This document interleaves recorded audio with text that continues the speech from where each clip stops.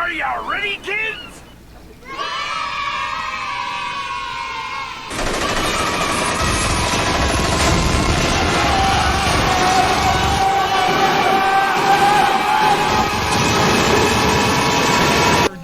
We're in Sandy Hook? Am I in Sandy Hook, Connecticut? Speeches at the time saying this can end right now, say you're not going to enter NATO, and say you're not going to attack these eastern areas, and I'll completely pull out. But he said, if you don't pull out, I will take as much of Ukraine as we have to secure our border. Because remember, 90% of the Russians live in Western Russia. And Putin said, we don't need more land. We're the biggest country in the world. We have more resources than even Africa. It's like 3 USAs can fit into Russia. He said, we don't want to expand. We want to stabilize. We want a peace economy. He cut defense spending until this war started in the last decade. So he's not in an offensive position. The globalists controlling America are in an offensive position, and it has to end. Now they're going to conscript women. Now, the former head of U.S. forces in Europe last week just called for them to conscript women. Zelensky's calling up 500,000 people, and they know they've already lost. Level up your gaming space with your offensive position. The globalists controlling America are in an offensive position, and it has to end. Now they're going to conscript women. Now, the former head of U.S. forces in Europe last week just called for them to conscript women. Zelensky's calling up 500,000 people, and they know they've already lost. So it's purely a political diversion and a money laundering operation, and it is pure war profiteering, and it's most sick and most evil. I'm out of range. Level up your gaming space with metal posters from Displays.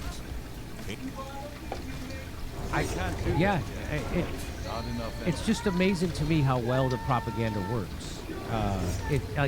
We learn nothing from the Iraq War. I mean, as a general people, we learn nothing from the Iraq War. We learn nothing from 20 years of lies and the Afghanistan paper that showed Afghan was a 20-year lie.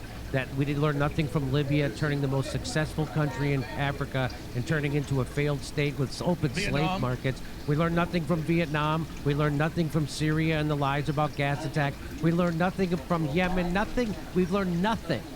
And they could just pull off this Ukraine, and you get the Rachel Maddow's and Sean Hannity's and Anderson Cooper's to go on and just lie about the war. And you know they're lying because I know the truth.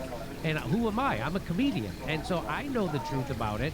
I know they have to know about it because they have $1 million staffs. I don't have that. And now they're not just picking fights with third world Muslim countries so they can just pump trillions in, like Afghanistan, and steal it. No, ladies and gentlemen, and I know the Afghans aren't Arab, but I'm talking about the Arabs, Middle East, and also the Pashtuns, the Afghans over there in Central Asia.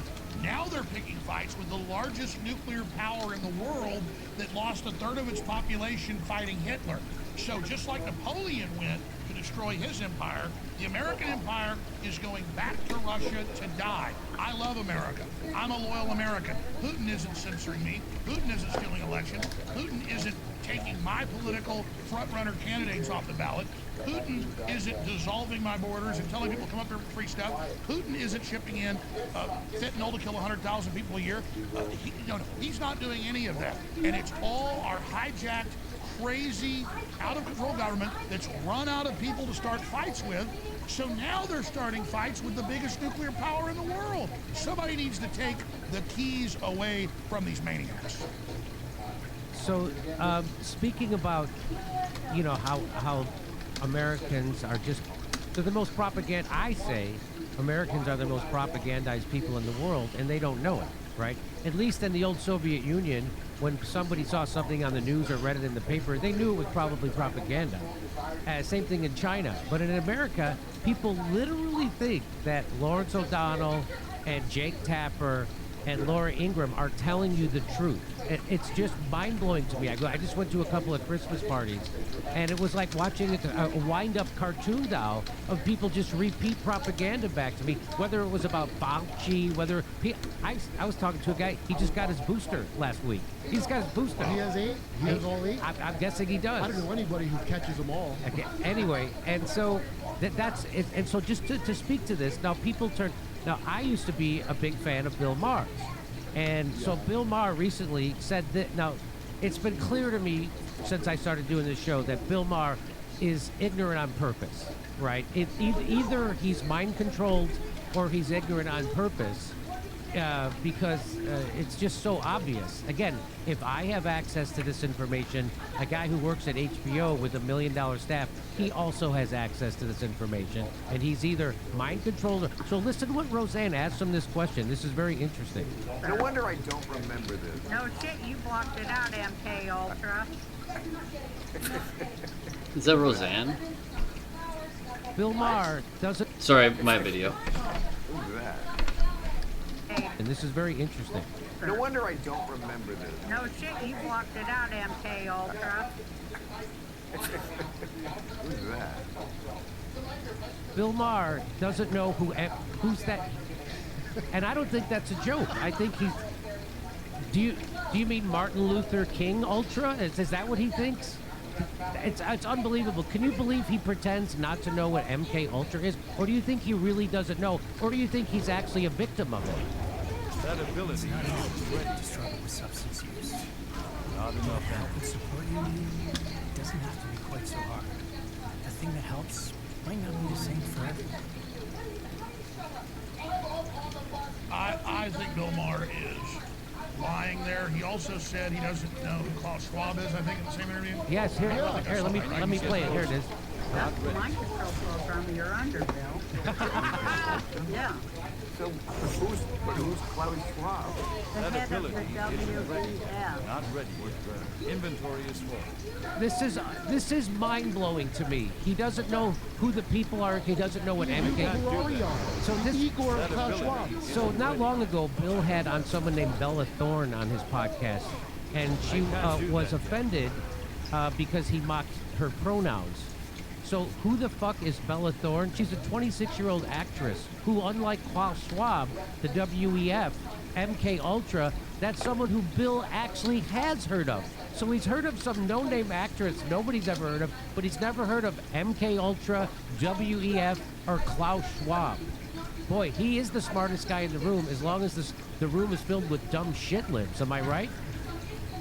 Well, that's right. And now he's trying to act like he's more populist because he knows people are waking up. Look, he's not stupid. We know Leonardo DiCaprio and hundreds of movie stars get paid to go to the WEF, flown on private jets. I bet a lot of money, I don't know this for a fact, that he's been invited to the World Economic Forum. It's all over the news. It's massive coverage during their events. And I mean, people knew who it was 20 years ago. They certainly knew 10 years ago. And then in the last 3, 4, the liberty movement, the populist movement, it trends on Twitter every week. It's all over the place. So I don't believe that he doesn't know what MK Ultra is. I mean, even History Channel and Discovery Channel have had hundreds of programs, literally since it's been on for 40 years, 35 years. I mean, I've seen 50 programs. I don't even watch a lot of TV about MK Ultra. It's on PBS. Dr. Ewing Cameron in Canada, over 10,000 kids over 30 years taken from foster homes and stuff and electroshocked and given drugs and programmed into new personalities. And they had congressional hearings on it in the 90s and the 2000s and in 1977. And he doesn't know about MK Ultra that Theodore Kaczynski, the Unabomber, was in. LA Times, Alexander Cockburn looked that up. So I don't believe, no, he's playing dumb because he knows these are the things you don't talk about. I mean, come on. If the WEF and Klaus Schwab were real, I'm sure Bill Maher would have heard about it. I don't believe in nonsense. By the way, Jimmy, that's the old tactic. Just 10 years ago, they would have New York Times articles saying Alex Jones feverishly was having a schizoid event in Virginia outside a hotel conference center, imagining there were men with sunglasses and helicopters. Meanwhile, the King of Spain's there, the head of the Defense Department, Henry Kissinger, world leaders. They had Marines on top of the building with State Department security, literal black helicopters we got video of. Okay, it's in my film Endgame and others. And then the New York Times reviewed a film I was in called The New World Order and said it did not exist. Now, by then, the Bilderberg Group was set up after World War II between what was left of the Nazis and the UK and America to kind of reconstitute Europe and the Marshall Plan. Their own documents been released by the Congressional Records Office. This is an official group, but they wouldn't cover it, and they would say it wasn't real, even though the Bilderberg Group, as of 15 years ago, went public, started putting out press releases about who would be there, but that it's secret. Okay? So even 5 years after they're publicly admitting they exist and putting out where they're going to meet, the New York Times was saying it does not exist. My skating, solid. What? My slapper, solid. My equipment, stinks. Like really stinks. What the fuck? So I gave her Oh, a the wash. gloves. That's the smell of hard work right there. You washed your gear. You Fucking earned that job. gloves, man. I have to fix this. I gotta keep buying this. This is not gonna work.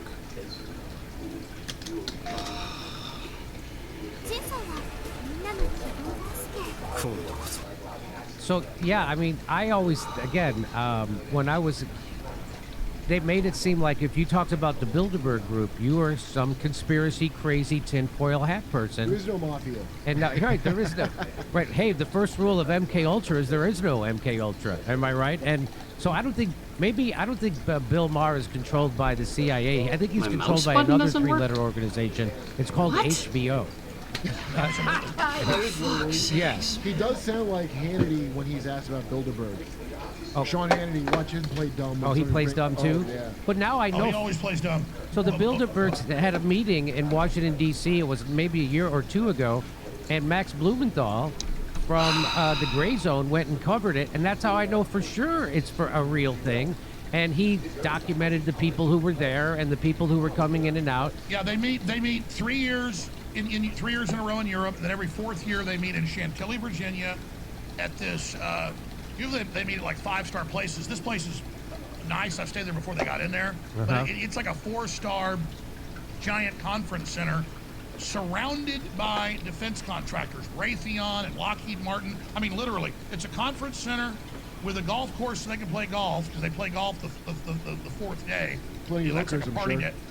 And it's surrounded, but something your co-host, everything he says is key.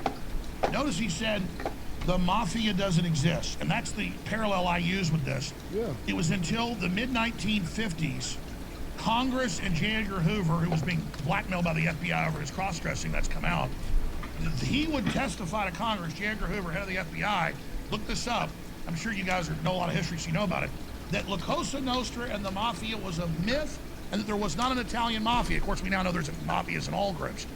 And it wasn't until some rogue FBI agents, I think, planted a bug in a farmhouse, remember in Connecticut, I think it was? Yep. And they caught like the 15 mob heads, like in The Godfather, in this big palatial farmhouse, meeting around this big table, carving up the country, and then suddenly we all know the Italians have a mafia. I mean, it's the same thing, but they don't want us to know there's a global BlackRock corporate mafia that wants to control the world, that cloaks itself in liberalism and wokeism to give them political cover. Everything you while say they is true. drive us into World War III, Wake up. devalue our currencies, and just destroy us.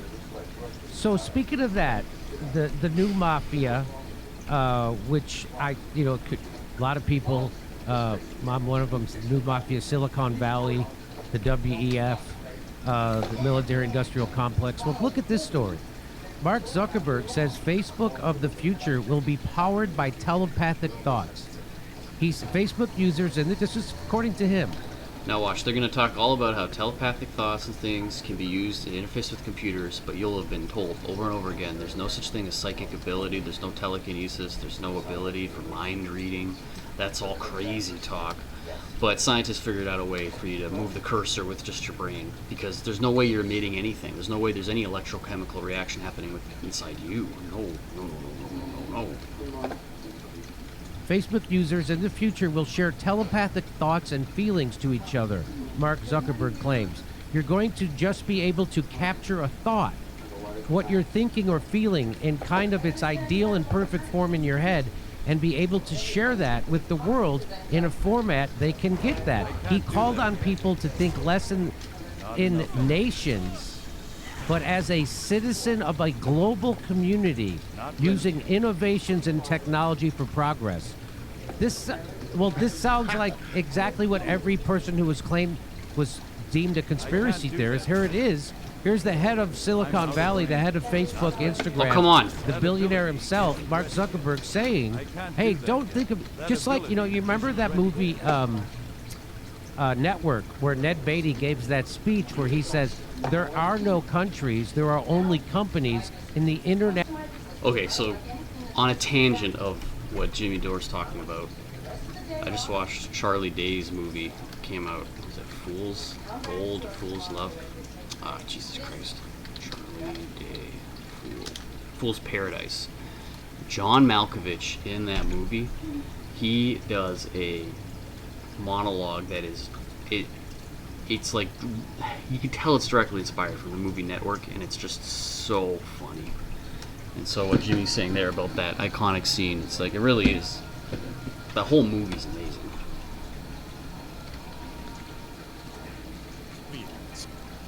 National transfer of dollars, and you have upset the natural order of the transfer of dollars, and you must atone. That's what he's saying right there. He's giving the Ned Beatty speech. He's saying there are no countries, there are only companies. You have meddled with the tidal forces of nature, Mr. Beale, and you must atone. You get up there on your little bitty 18-inch screen, and you talk about nations and borders and peoples. There are no nations. There are no borders. There are no peoples. He's got it memorized. And that's actually the globalist speech. I've actually been in boardrooms similar to that, and those are off-record meetings.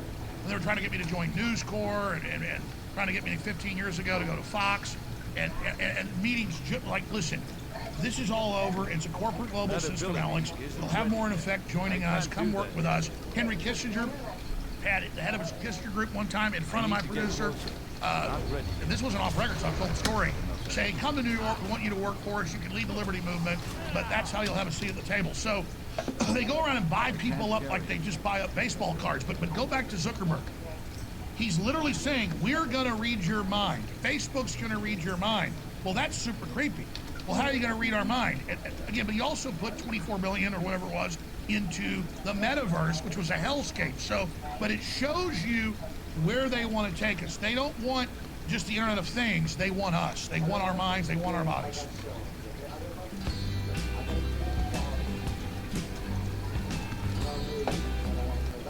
You can order pizza with your mind. You see that in 60 Minutes? Yes, you can order. That idiot, the one guy, the guy was like, did you just order pizza with your mind? Like, he couldn't believe. It's the Matrix. It's the Matrix. Yeah. It's the Matrix. You're going to be in a pod. And they have patents now for beds you lay in, and the heat from your body powers the computers. Wow. Wow, that's very Matrix-like. That's unbelievable. You know, originally the Matrix, it wasn't supposed to be batteries because humans are shitty batteries. It was supposed to be they were hooked up as a neural network to the computer, but the dipshit producer said, no one's going to get that. Say they're batteries.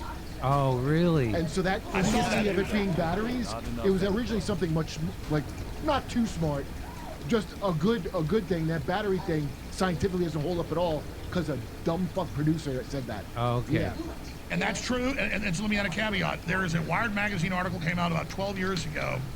It was talking about Eric Schmidt and the founding with Intel, the CIA, and the NSA, who already had the search engine system where they grab all the data and emails and internet traffic and phone calls and create word messages, and then if they wanted to search what we were saying, Google was the NSA search engine for a program called Echelon, which is all declassified.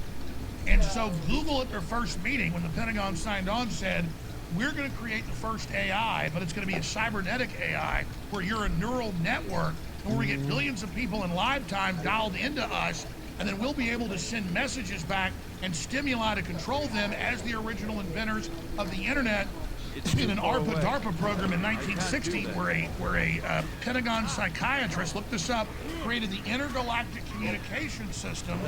It was on paper and said there would be big TVs everywhere that gave you messages.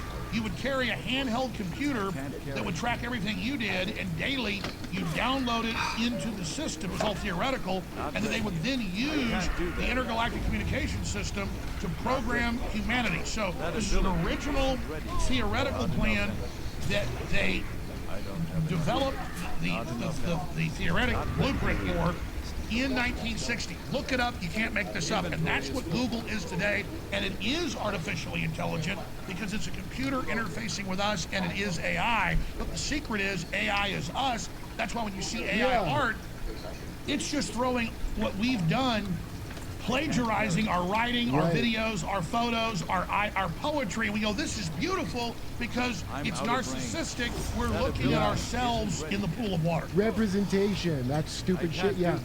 I always thought Twitter seemed like a big crazy brain.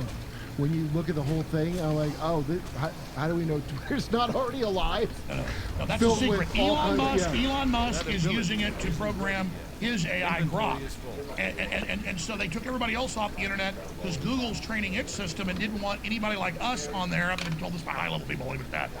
And so, yes, Musk actually bought Twitter to promote his stuff and politically be involved, but the real reason is to program his AI. So here's something that's even creepier. So Mark Zuckerberg says that this is going to happen in the future. How did you see me? Well, here's the WEF telling you that it's already here. So this is about a maybe a 3-minute video, and watch what they have to say. This is kind of mind blowing. Sensing your joy, your playlist shifts to your favorite song, sending chills. Did I forget up your again to spine change my as fucking gloves? Oh. You glance at the program running in the background on your computer screen and notice a now familiar sight that appears whenever you're overloaded with pleasure. Your theta brainwave activity decreases in the temporal regions of your brain. You mentally move the cursor to the left. What's going on? What? Through your brain data over the past few hours. You can see your stress levels rising as the deadline to finish your memo approached, causing a peak in your beta brainwave activity right before an alert popped up, telling you to take a brain break. Your mind starts to wander to the new colleague on your team, whom you know you shouldn't be daydreaming about, given the policy against intra-office romance. This is the most fucked. This is fucked up. But then you start to worry that your boss will notice your amorous feelings when she checks your brain activity and shift your attention back to the present. What? You breathe a sigh of relief when the email she sends you later that day congratulates you on your brain metrics from the past quarter, which have earned you another performance bonus. When you arrive at work the next day, a somber cloud has fallen over the office, along with emails. I don't know what was going on with Shank. It was like just not proccing. The government has subpoenaed employees' brainwave data from the past year. They have compelling evidence that one of your co-workers has committed massive wire fraud. Now, they're looking for his co-conspirators. You discover they are looking for synchronized brain activity between your co-worker and the people he's been working with.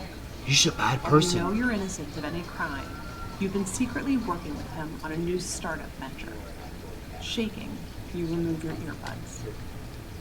Shaking, literally shaking. God created the heavens and the earth. Turns out that a book is more durable than stones.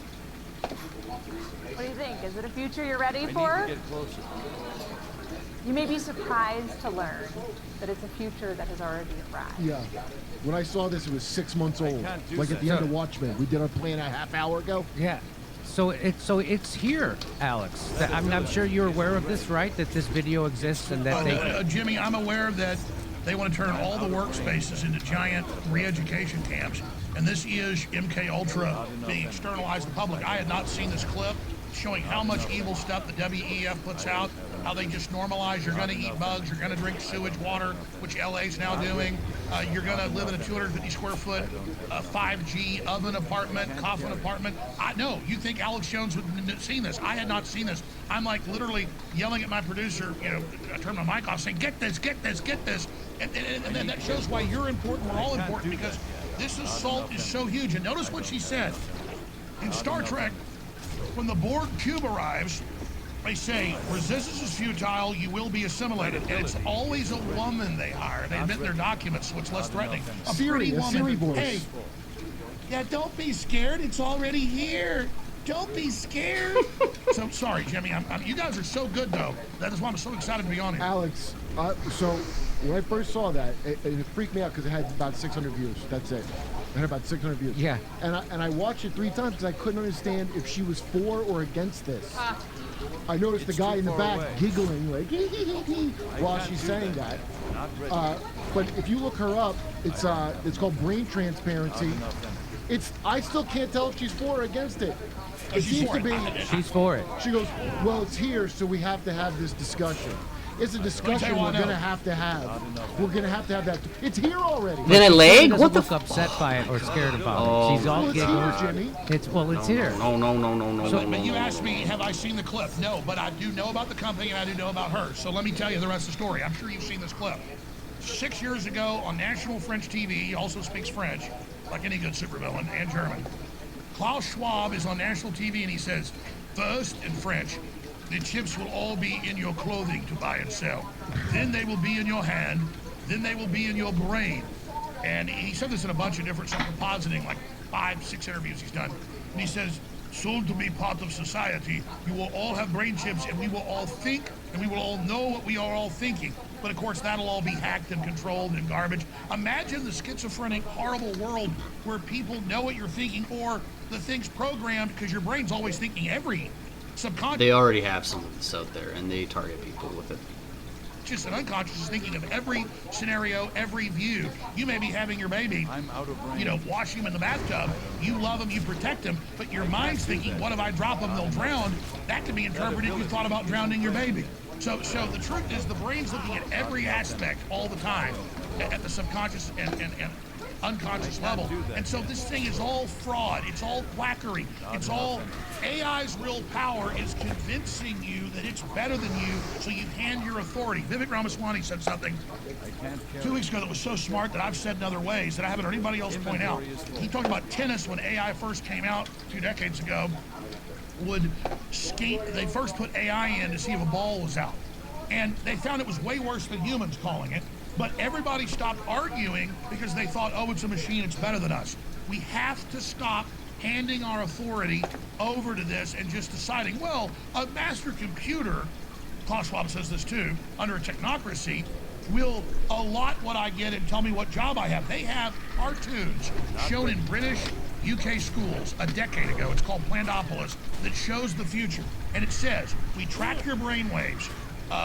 There's like 5 parts to it. You eat bugs. You're told what you'll be. No one's allowed to have a car. You only get meat once a year. You're only allowed to travel once a year, but it's wonderful and it's good. You watch it as an adult that grew up in some semblance of freedom, and you think this is dystopic garbage, but this is being shown to 7th and 8th grade students in the UK called Plandopolis. It's on YouTube, and you watch it, you think it's a joke. But for an unconscious person who just knows you get a bonus, that's the message. You get a bonus when your boss reads your brainwaves. And of course, you don't get to read your boss's brainwaves, so they're also creating a class system. Ready for the next 100% true, and it's just visit g2a.com and browse. I don't even know for games and DLC. how you beat it. We just have to openly reject it So- and never let it. Tell me what you think of subvert this us. article. It says Obama-Biden administration legalized neurological surveillance after Trump's election. So in 2016, the U.S. federal government enacted another law to legalize the National Neurological Condition Surveillance System. Now, neurological, that I think of brain when I hear them use that term. So for health, right? So the National Brain Condition Surveillance System is how I read that sentence. Yeah. So the National Mind Control System. Yeah, neurological conditions includes those of the human brain. The 2016 law is partially provided as follows. It's called the Surveillance of Neurological Diseases. It says, in general, the Secretary of the Human Health Services, acting through the Director of the Centers for Disease Control and Prevention, and in coordination with other agencies as the Secretary determines, shall, as appropriate, enhance and expand infrastructure and activities to track the epidemiology of neurological diseases and incorporate information obtained through such activities into an integrated surveillance system, which may consist of or include a registry to be known as the National Brain Condition Surveillance System. Wow. The National and that there it is. Here's the Trojan horse. Your brain health. What did I just say? What did I just say 15 minutes ago before we brought this up? For new viewers, I swear this sounds insane. It's not. It's called the Intergalactic Communications Network or System. That's what they said in 60. They said, we don't have the computers yet. 1960. But they said, we're going to have all these computers that surveil you, and then if somebody's heart rate goes up, we'll know and we'll send police to their house. That's one of the things they put in the paper.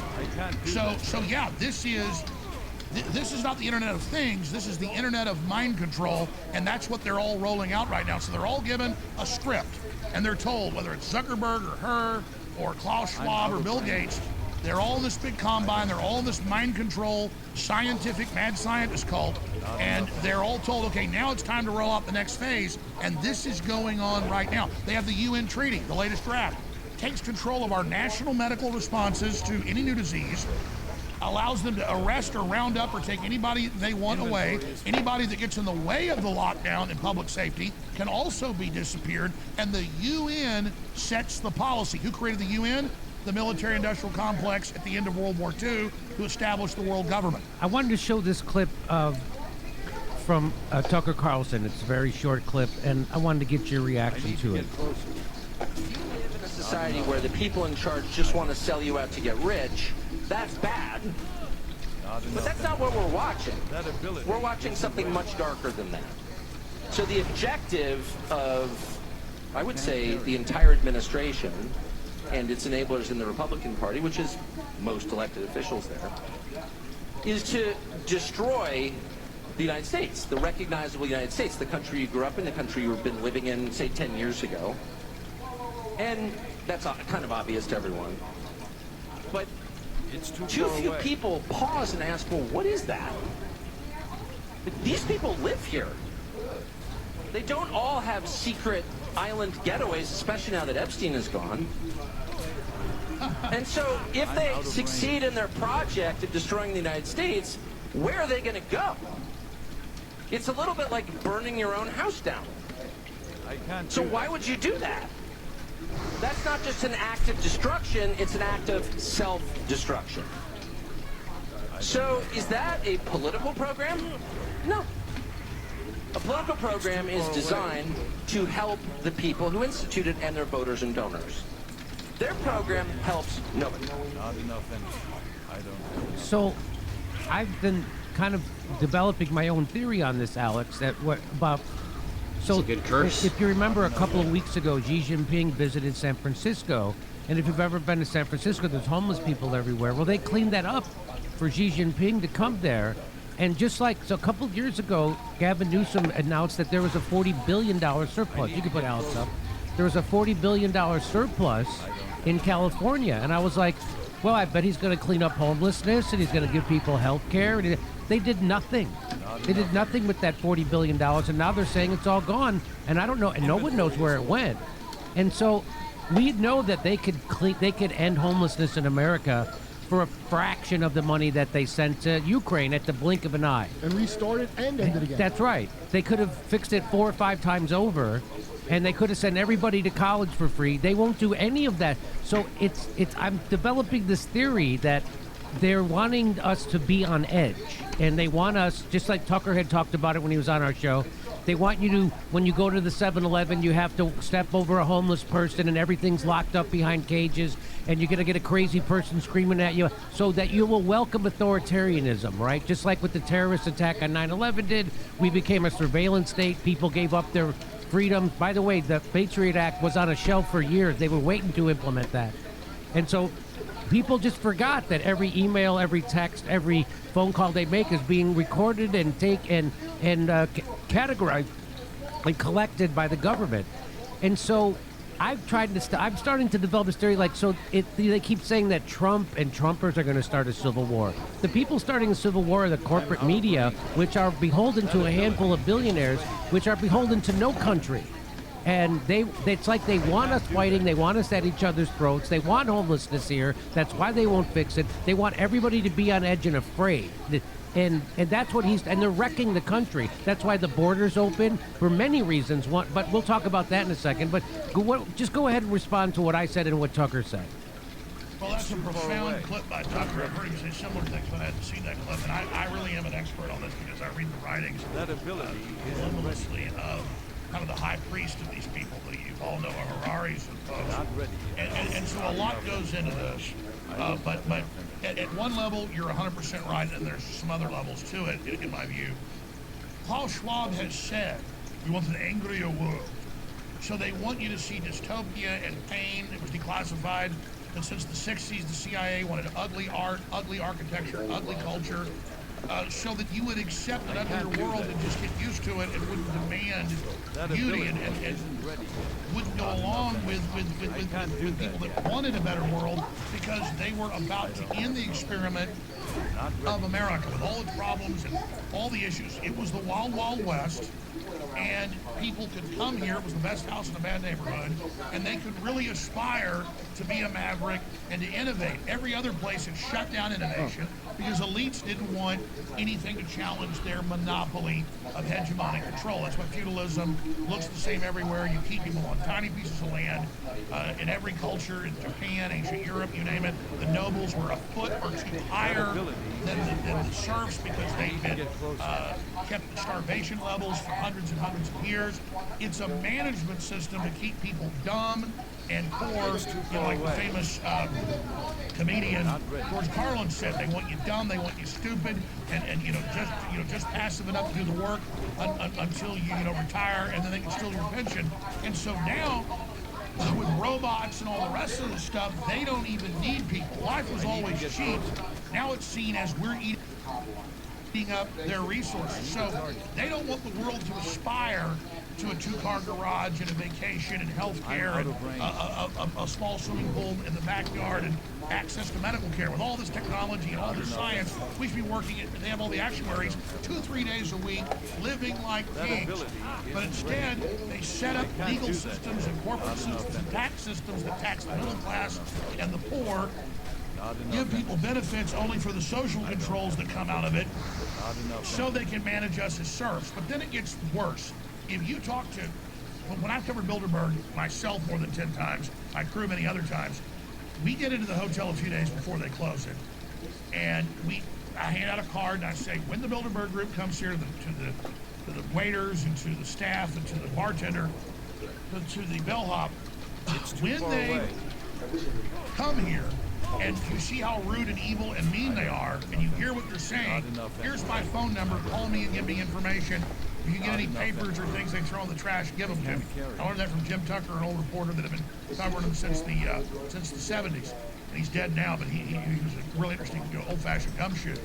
And so they would then be so rude and so mean and never give a 1-cent tip. None of them give tips. Hillary Clinton at a restaurant gives no tip. A lot of times skips out on it. And they're all like this.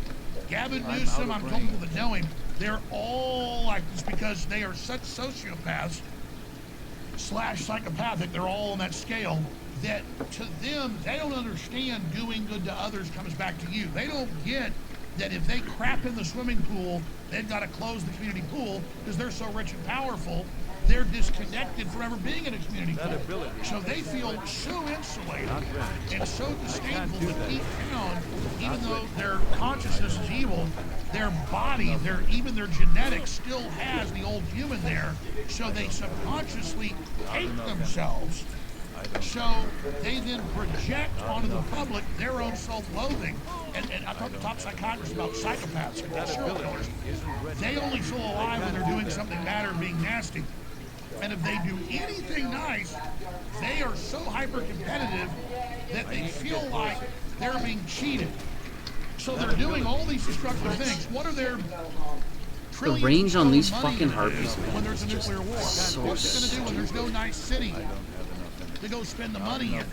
They subconsciously they go, yeah, we'll dumb everybody down and make them stupid and poor to control them, but they're not even conscious enough to go, that'll blow back, because they have such little humanity, they can't even understand that basic thing. Yeah, be hard in business, be serious, don't let folks push you around, but also realize you've got to not just give a homeless person $10, you've got to create a culture and a society that has things to aspire to and honor and competition, to where people are brought up to believe in something. But if you believe in something good, you'll become a high-functioning, successful person in your hierarchy of needs. In the final hierarchy, after food and sustenance and medical, and family is helping others and being a pillar, because you are connected to everybody. I'm not a collectivist in government makes you collective and makes us collective. No, we are collectivist creatures. We're a hive creature, but through individual determination, making the best decisions and proving what works best, we then collectively opt into the best system and the best collective mode. We still own things, we still have privacy, but it's because we collectively agree on what's good. They want a system that's tyrannical and centralized out of pure avarice and selfishness and greed at a overdriving level, and so they are completely against the very civilization that has made them fabulously rich and powerful as parasites. The cancer had a consciousness. He would say, I better not kill the body, I better just stay this size, because I'll die. But cancer doesn't have a consciousness. If it had a consciousness, it would be thinking, I'm all powerful, I can't be stopped, look at me, I'm taking over the brain, the lungs, the bones, the blood, I'm taking over the skin, but the whole thing dies. So they're like a conscious cancer that doesn't care it's destroying the host, and so they don't have that connectiveness with us, and so that's why they are the plague, and that's why humanity goes through cycles. We all know that. We're in a major turning right now, the fourth turning, and the globalists know that, so they want complete control and power because they know their old system's about to die. They want to have the Great Reset. Cover in my book, The Great Awakening, it's already a bestseller, to have even greater tyranny out of the collapse of their old parasitic financial system. And so we're now at that point where they're trying to double down instead of in the cycle. Hard times make strong men make good times make weak men make bad times, and then bad times make strong men.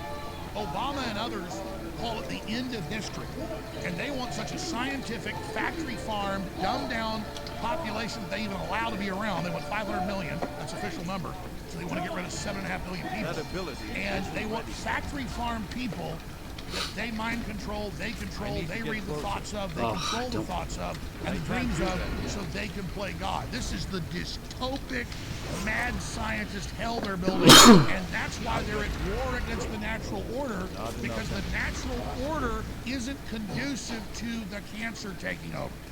And so, would you define who, when you say they, how do you define they? Who is the they? There are sociopaths and psychopaths in the Chinese government and corporations. There are sociopaths and psychopaths in the German government. There are sociopaths and psychopaths in the U.S. government. There are sociopaths and psychopaths in the Israeli government. There are sociopaths and psychopaths in the Russian government. But they've already been through 80-plus years of this, so they're, in many ways, having a renaissance and trying to get away from it. Whereas we haven't fully gone to the bottom yet, so we're going deeper into it. But if you want to know who runs it, BlackRock, you know this, you've covered it. BlackRock, State Street, and Vanguard, all controlled by the same group of less than a dozen managers, control 88% of world assets and wealth, and they've said we'll use this to control people. They want to cut off our resources and saying, we can't take showers or wash our clothes. It's an Obama told Average you can't have a car or air conditioning, but he can have jumbo jets and palatial things all over the place. And so it's a religion of do as I say, not as I do. I'm an anointed one. I'm a priest class. I rule over you. You're a serf. You have nothing. And we know who runs it. The handful of families and groups that control BlackRock, just like you mentioned, network, their revelation of the method, they're telling you right there. They have a plan for humanity. They want to just dumb us down and brush us aside, and then they control the defense contractors, big pharma. They bring up the politicians they control. They penetrate the cabinets, as Klaus Schwab said. The WEF's just their spokesperson group. It's their PR firm, and they have stolen the world's wealth, and they believe it's owned by them. And they believe, I mean, go into your pantry to get some flour, and there's weevils in it. You kill the weevils, and then they see us as just. I mean, they say this. There's too many people. We got to get rid of them. We don't need all these humans anymore. Well, we don't need you, Klaus Schwab, or Yuval Noah Harari. And then some people say, well, is it this conspiracy or is it that group? Klaus Schwab's family were Nazis. Yuval Harari's weren't. Xi Jinping helped round up his own family in the Cultural Revolution and watches his father and family were attacked and his sister was tortured. He agreed with it. So he was rewarded by the parasitic system to be the leader of the country and a dictator to serve that ruling communist oligarchy because he literally stood by while his father was pilloried in the town square and while his sister was beaten to death. And so he's so committed to the party, he was rewarded in the top slot. And so he's just a manifestation.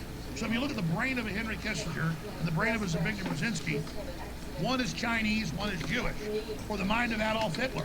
Hitler said everybody else is weak and dumb, survival of the fittest, social Darwinism. We're going to kill everybody that doesn't go along with us, and some will be left as slaves, but really we'll get rid of them later.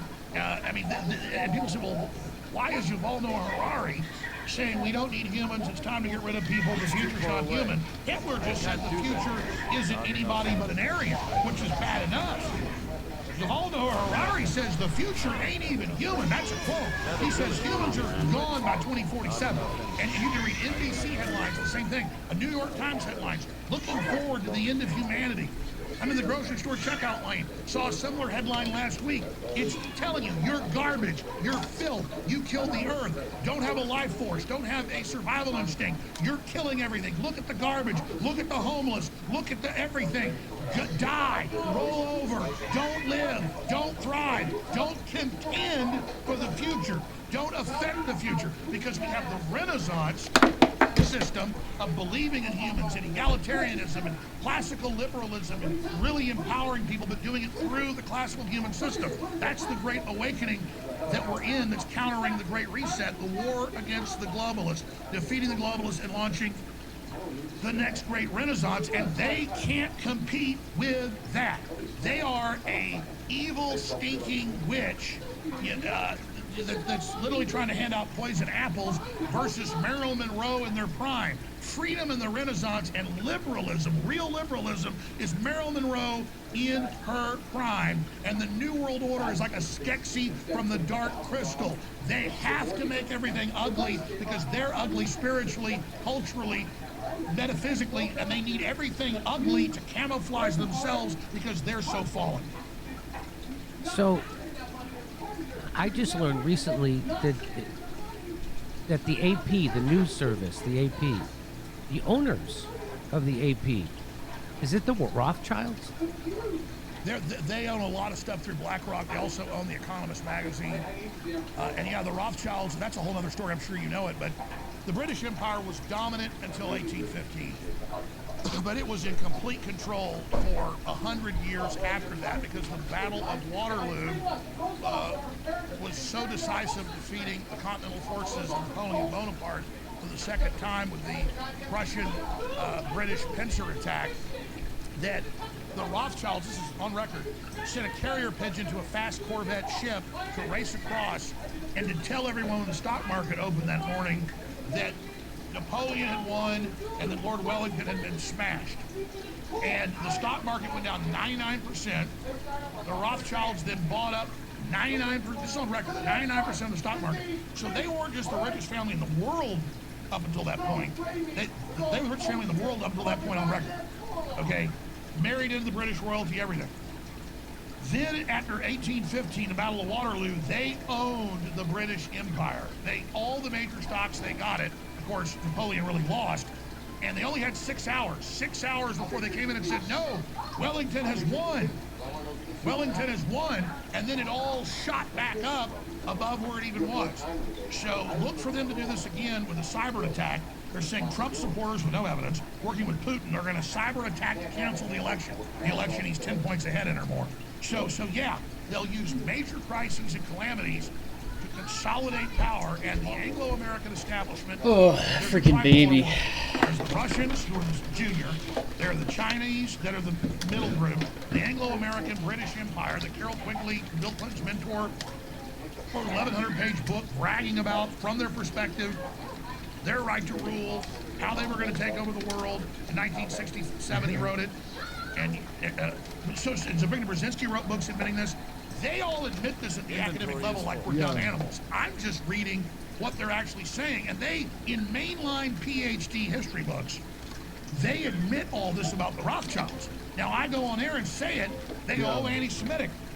It has nothing to do with Jews to say that the Rothschilds did this and are super powerful, or the Chinese, because Xi Jinping is bad. Am I saying Chinese are bad? No, I'm not. But it really is true that that's how a German Jewish banking family who ran pawn shops basically in Germany and loaned money to people, that's how they parlayed their wealth from 500 years ago by 1815 to rule most of the earth. The sun never set on the British Empire. Then World War I, the Austro-Hungarian Empire got so dominant, I don't mean to give a history lesson, but it's important to know, that the British intelligence of the Black Hand assassinate Franz Ferdinand, the Archduke.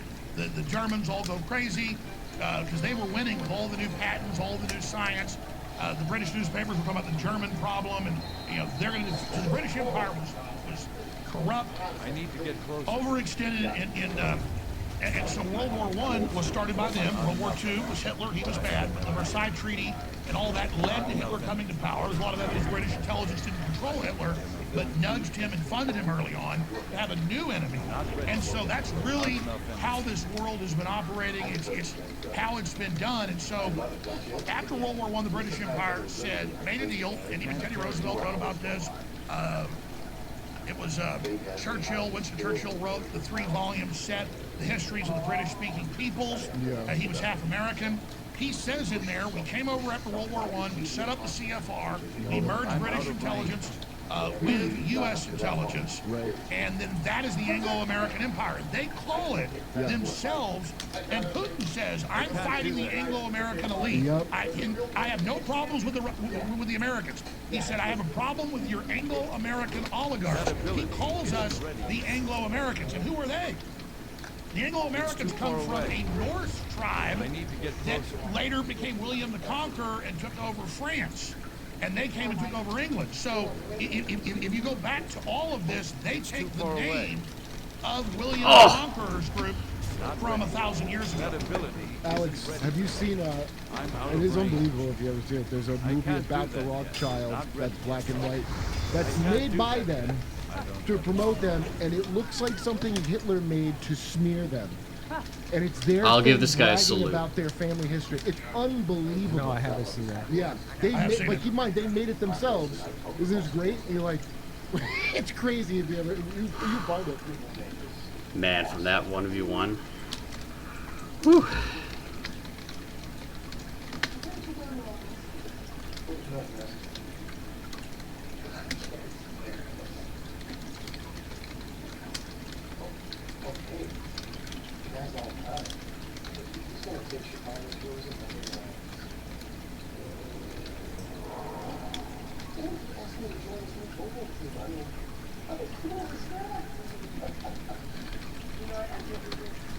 Not ready. It's too far away. That ability isn't ready yet. Not ready.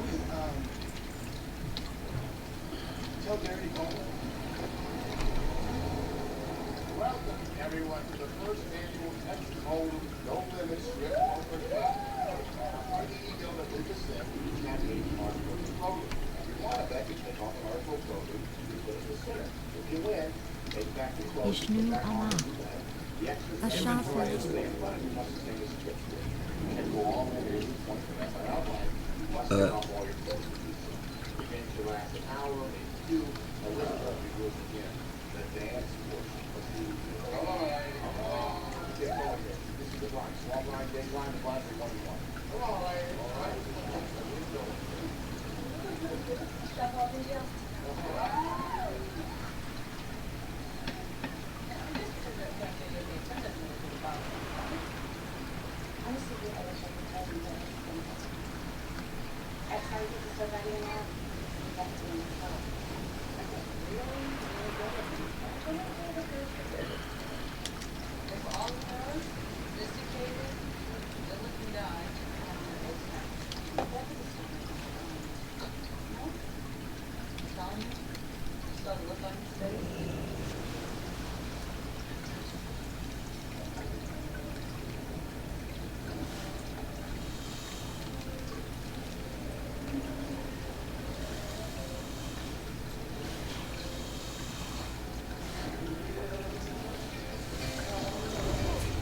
Can't do that yet.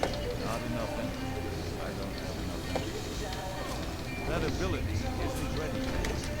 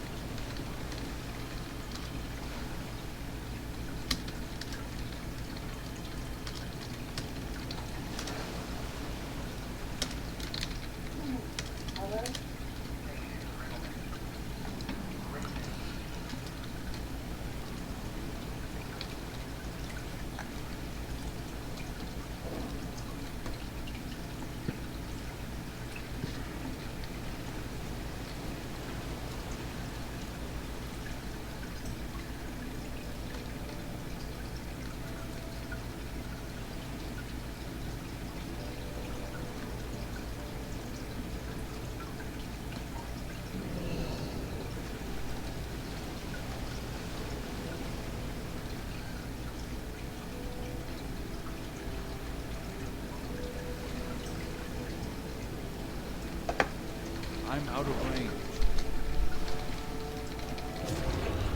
I need to get closer. I can't do that yet. That ability isn't ready yet. Oh, come it's on. too far away. Not ready yet. That ability isn't ready yet. Not ready yet. Not enough. Oh, there's a druid. There. I can't do that yet. I don't know. Not ready yet. That ability isn't ready yet. I can't do that yet.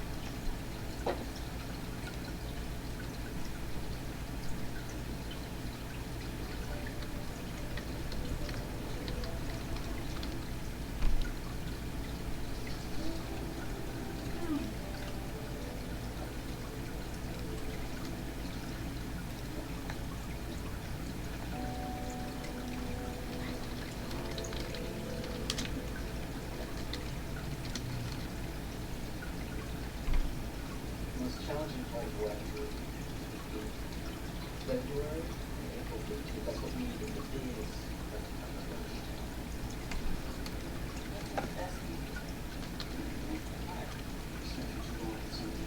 Yeah, you know, we can start with a couple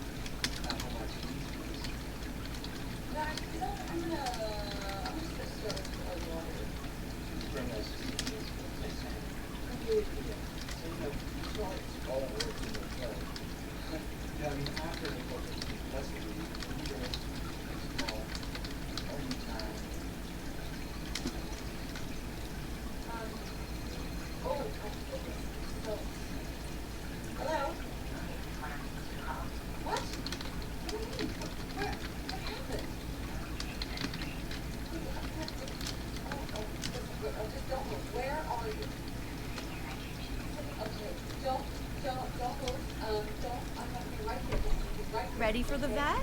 Are you ready for the vet? Let's go. Well, I wanted to just touch on the immigration problem because I've totally flipped on this.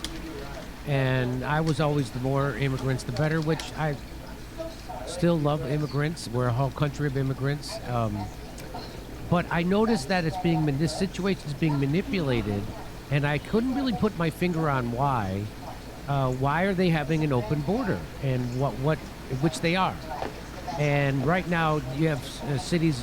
Eric Adams in New York is screaming that their whole city is going down the toilet because they can't handle the influx of all these the immigrants that are coming to his city. It used to be a sanctuary city, and now he's trying to find a way to get them to stop, but they're not stopping. And I was listening to Dick Durbin, who's a senator from my old home state, Illinois, and listen to what he says. Here's one of the reasons why they want to get as many immigrants as they can in here. Watch this. Presiding officer, my colleague from the state of Illinois, has legislation which addresses one aspect of that. Our bill, and I hope I describe it accurately, says that if you're an undocumented person in this country and you can pass the physical and the required test, background test, the like, you can serve in our military, and if you do it honorably, we will make you citizens of the United States. Do we need that? You know what the recruiting numbers are at the Army and the Navy and the Air Force? They can't reach their quotas each month. They can't find enough people to join our military forces. And there are those who are undocumented who want the chance to serve and risk their lives for this country. They don't want to serve in their own military in their own country. They want to go to a foreign country and serve in their military. This is according. That's called mercenaries. Yeah, this is kind of how Rome ended, no? And so he's giving the game away there. He says it right out in the open. We have to fill our military with foreigners. Like cops and our farms. And have be our farm workers, have them be our medical workers, and our military, and have them be our cops. This seems bad. Well, it's so bad. Here's what Eric Adams says about it. We're seeing the erosion of the quality of life that we've improved on in such a short period of time of this administration. We have been impacted for many months. We were able to keep the visualization of this crisis from hitting our streets, but we have reached a breaking point. We're no longer able to do that because of the volume in numbers. Just last week, we had 3,900 people that arrived here. We are averaging anywhere from 2,500 to close to 4,000 a week. And if you do the math, you see that's 8,000 every 2 weeks, potentially 16,000 a month that we must feed, clothe, house, educate children, and all the services that you would give a normal adult. And we're seeing that play out on our streets of New York. And that is what the breaking point looks like, what we are experiencing right now. So he's saying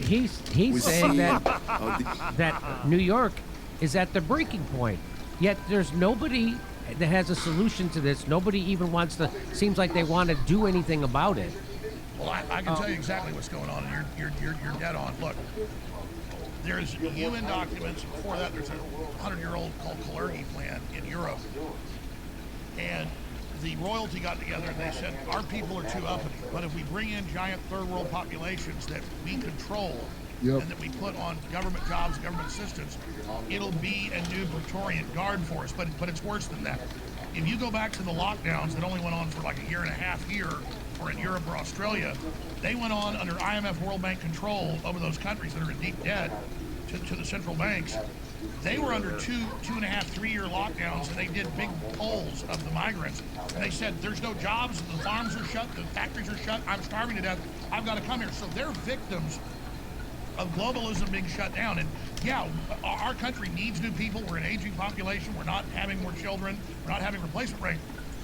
So I'm all for bringing people in, and immigration is what founded this country, absolutely. But when you organize them in UN camps, give them debit cards to get here, and you bring in millions and millions and millions a year into an infrastructure that's already falling apart, with the services being cut, with massive inflation, It lowers wages. It doesn't help the third world, like Ross Perot said. It hurts the third world. They fall more, we fall down, and the globalists have this big population. And then all these blue cities have passed laws for illegals to vote in local elections.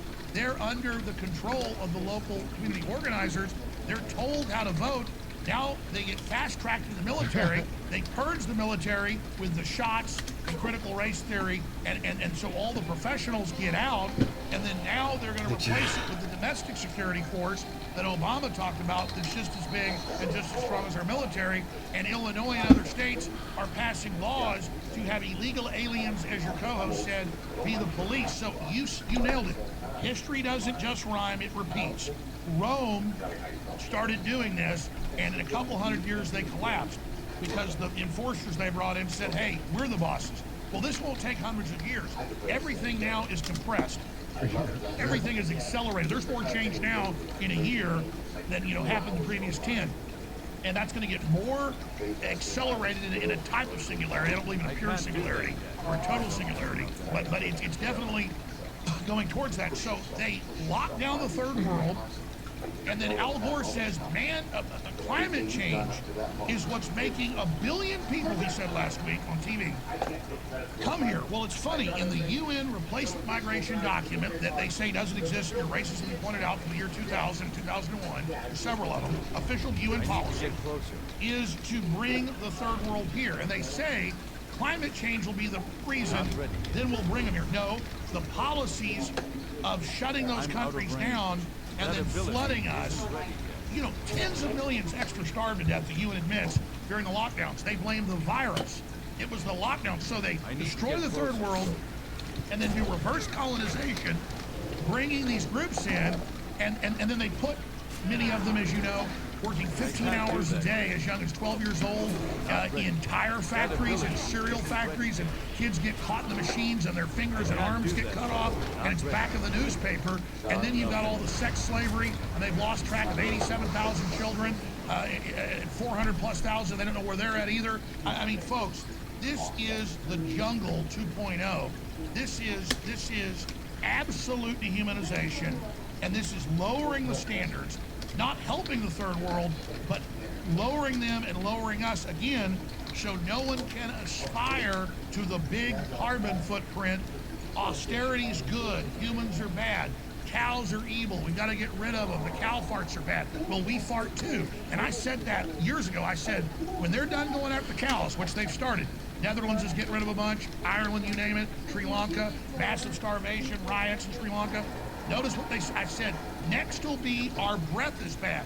Wall Street Journal, New York Times, USA Today, London Guardian, all 2 weeks ago said breathing is bad for the earth. No, the gases we put off hold actually in the sun. We're off-gassing into space. We have to continue to put gas into the atmosphere. You can debate this all day, but they know that's how it works. So now they've officially said breathing is bad. Well, whales breathe, dolphins breathe, chipmunks breathe, birds breathe, lizards. All of those animals do in fact breathe. Lizards breathe, insects breathe. So imagine the mania. 2 men can have a baby. There are no longer Y and X chromosomes. That Bill Nye the Science Guy teaches that officially. Of course. And your breath is evil. Also human farts. They all say about human farting, not just cows. Right. You have to buy fart credits. Step into Wix Studio, the web creation platform built for agencies. I have fart offsets I buy for the year. And I know this is all exhausting, folks, but that's why I'm so freaked out. I've known about this 40 years because I had family that told me about it from the inside. And now I'm just some guy up here trying to warn people. I'm not perfect. And I'm just telling folks, I'm not the threat. Jimmy's not the threat. Tucker Carlson's not the threat. We at least know we live here. We at least know that you can't have nuclear reactors, almost all of them leaking, while you cut off all the coal power. I mean, we know the ship is sinking, and they think they're going to sink it with the Great Reset and then build back better their new system. And so, again, I'll plug it because you're trying to shut me down. I need the funds, and I appreciate you letting me do it. Plus, these are really good books. This one's a #1. New York Times wouldn't put it in the bestseller, but it's the #1 Wall Street Journal USA list. This book has been the top of the charts. It's part 2. It's twice as thick. You've got the Death Star plan, What's the plot? the Is Great that he Reset, doesn't want to and be with the Jennifer War for the Aniston? World, and then you've got the Great Awakening, defeating the globalists. This gets into it, and this lays out an alternate Team Humanity program. I was on with Elon Musk again a few weeks ago for 2.5 hours, and he said, yeah, the globalists want to depopulate us, they want to destroy civilization. A classic story. Restart it once they cut it off. Fossil fuels aren't perfect. We need to phase them out, but they're a bridge. It'll take decades to do it. What they're doing now, I've looked at the numbers. This is Elon Musk. Will cause billions to starve to death, and that'll cause giant wars. We can't do it. And I said, what do we call this, Elon? I said, we should call this Team Humanity versus Team Death Cult. And he said, I agree. Let's call it Team Humanity. Well, Team Humanity is in this book, and I hope people will go to InfoWarsStore.com and get it, and that'll help keep my broadcast embattled on the air. Contrary to what they're saying, we're more influential now than ever. Things coming back on X. We've exploded. Thank God for that. You've exploded. Anybody telling the truth is exploding. But we are trying to build back. We're trying to get more reporters. We're trying to really, in this election cycle, be on the ground. So I hope people will get the books because they're really powerful. Who is the co-author of that Great Awakening? Kid heckin' lively, great guy. I mean, what happened is I recorded a bunch of stuff, gave him hundreds of articles and documents, really thousands. It was 800 pages long when I'd written it. And then Kent and their lawyers, he's a lawyer too, because, you know, I'm Alex Jones, they fact-checked everything. And there was one thing I put in the book that they couldn't prove. It was theoretical, the story of you put fleas in a jar and they learn they can't jump out of it. And then once you take them out of the jar, they never jump higher than the jar. And I thought it was a good allegory, but I put it in the book like it was true. Turned out no one could prove it ever happened. But it's a theoretical analogy. That was the one thing out of 800 pages that they couldn't prove. Everything else, they vetted everything. Of course, that got cut from the book, and it got cut to 400 pages. But this is kind of stream of consciousness. Alex Jones, The Great Awakening. This is what I actually say.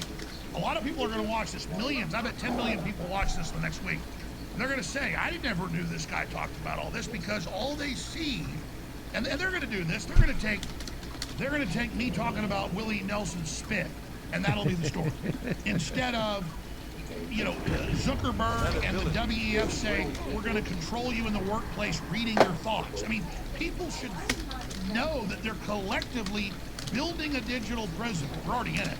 And now they're thickening the bars and the walls are closing in, and we should all say, doesn't matter if you're black, white, Christian, Muslim, Jewish, agnostic, atheist, gay, straight, I don't care. If you want to have a future, and if you don't want to live in a dystopia where you'll own nothing and, quote, be happy, then for heaven's sakes, get educated on this stuff now, folks, because it's real. Jimmy just showed everything he said. He showed you a clip or an article. And I try to do the same thing on my show. And maybe our interpretation's wrong. The point is, we're right about more than we're wrong. I would say I watch your show all the time. 95% accurate. I'm 95% accurate. And that's really a pretty accurate number, folks, because stuff's so wild, I wouldn't even need to think about making stuff up. I mean, here's a quick example. 3 years ago, Bill Gates filed a patent for this nanotech that puts little microscopic spikes into your skin to track you and or deliver vaccines. They had articles saying it wasn't true and they weren't planning that even though it was official. He came out last week and officially said they're launching the technology, but spun it like it's no big deal. And he says, you know, the thing is we're going to put vaccines in your food so you basically will comply because you won't know any better. Like a cow. So again, this is real. Max Blumenthal told us about it. So yeah, he did.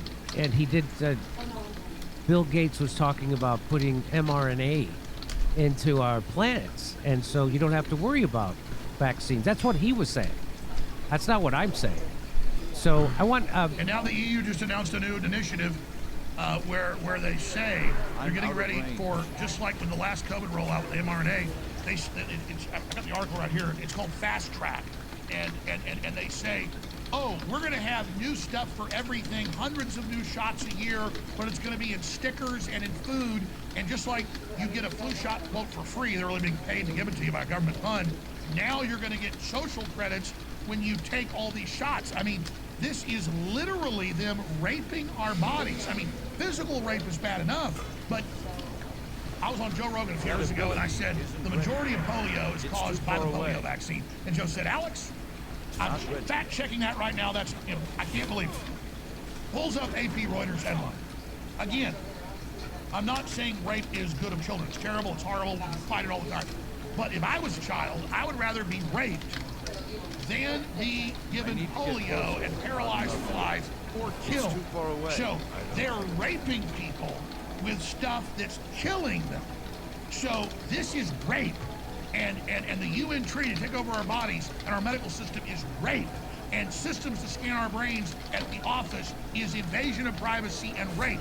If your boss wanted to stick their finger up your butt, he would go to jail. He would be sued. But if they want to stick their fingers in your brain, it's okay. Well, I think I have to say that the polio vaccine, Kurt, is safe and effective. And all vaccines are. All especially vaccines, the COVID vaccine, especially the which COVID slows vaccine, the spread. and it certainly does slow the spread. Look at that spread slowing. Look at it, and so. No, actually, yeah, it's all. No one search engine. Majority of new polio cases caused by vaccine. That's actually true. You're right. You can't even say stuff is true because we're not a Dr. Fauci. Did you see the clip of him that resurfaced where he said, we're going to get past all the BS? He said, he spelled it out. We're going to get past the BS by locking people down. And that'll teach them, and then they'll drop the BS, take the shot. It's all coercion, people, and that's called bullying. So, yeah, I mean, I can't say anything that contradicts the FDA, the CDC, or the WHO. And that's normal in a democracy. And that's normal in a democracy. Well, I look down on China, frankly, because they don't have freedom. I just have to say that. No, you're right. Look, I apologize. That was a joke. Every shot works perfectly. The swine flu shots in the 70s didn't hurt anybody. The anthrax shots did not get pulled by the Pentagon both times because it killed a bunch of people. Everybody loved the anthrax shot. That's right. It was perfect. The mRNA shot works perfectly. Yes. It actually cures myocarditis. There might be side effects. It's climate change doing it. But they are rare, and it will keep you from getting seriously ill, hospitalized, Did you hear or dead. about Holiday Heart? All the articles that everybody's suddenly having heart attacks. It's quite normal. No, Holiday Heart. It's probably from the holidays. That's what the Grinch got. The Grinch got at the end. It's He probably called from the Holiday holidays. Heart. So I just have to show you the reach of Bill Gates, who funds the WHO, and I'm on YouTube and Google, and I'm not allowed to contradict them, which means I'm not allowed to contradict Bill Gates, who's just a simple farmer. And so... Hey, Bill Gates is my doctor. I love the fact that he used to sell crappy software and got busted for running a monopoly and was loading stuff onto it to control it. I mean, no, I want him to be in charge of my life. I love Bill Gates. I think it's good that he spends $2 billion a year on U.S. media, and then they underwrite it and don't even tell you that he's paying for these programs about how great he is. I think that's totally normal, Jimmy. Not only does he fund the journalism schools, he then funds the journalism outlets, and then he funds the products that the journalists that he bought and paid for are now going to cover. It's really quite cares. a scam that he's pulled off. But I just it's not a scam, Jimmy. Bill Gates was going to Epstein Island all those times to stop, or hanging out with on the Lolita Express to save children. He's actually a superhero, and it was actually Bill Gates, that went in there into the prison. And trying to tell him to be more careful next time. Yeah, he's trying. Like those guys on To Catch a Predator. Like, I just want to warn him it's dangerous. You can't be Well, do you on remember an what island. happened when they asked Bill Gates on PBS? They said, he grabbed what his about own Jeffrey throat. Epstein? He said, well, he's dead now, so you got to be careful. Yeah, that's what he said to Judy Woodruff, because he did not expect her to press him on that, because he funds that show. That's another thing. They didn't have a science and medical department at that show until he funded it, and then he couldn't believe she was pushing back on him. And I just have to say once again that the vaccines are safe and effective, especially the polio and the COVID one. They're fantastic. The WHO, CDC, and the FDA endorse I'll take them. it a step further and say the lockdowns worked. And not only that, masks work. Masks work for sure. WHO said they didn't, by the way, but I say Let they me just do. say this real quick. This is important. I want to say that when President Biden said if you take the shot, you can't get it or spread it was true. Yeah. When Rachel Maddow says when you get the shot, you can't get it or spread it, That's all true, folks. That's why they want you to take 8 of them, because one works so well. I want to show you this. Tucker Carlson said this, and he was talking about UFOs, and I want to get your reaction to what he says here. These are my views, okay? They can't be proven. But I think they're informed views. The phenomenon is real. It's been recorded for thousands of years. We know that. There's something buzzing around us in the skies, but also under the oceans, we now know, and probably underground as well. So it's real. The government's lied about it a million different ways, probably for a million different reasons, for at least 80 years. That's also confirmed. They're lying about it now. Who knows what their motives are? And they're also trying to keep a lot of the stuff from being disclosed. That's true. Yes.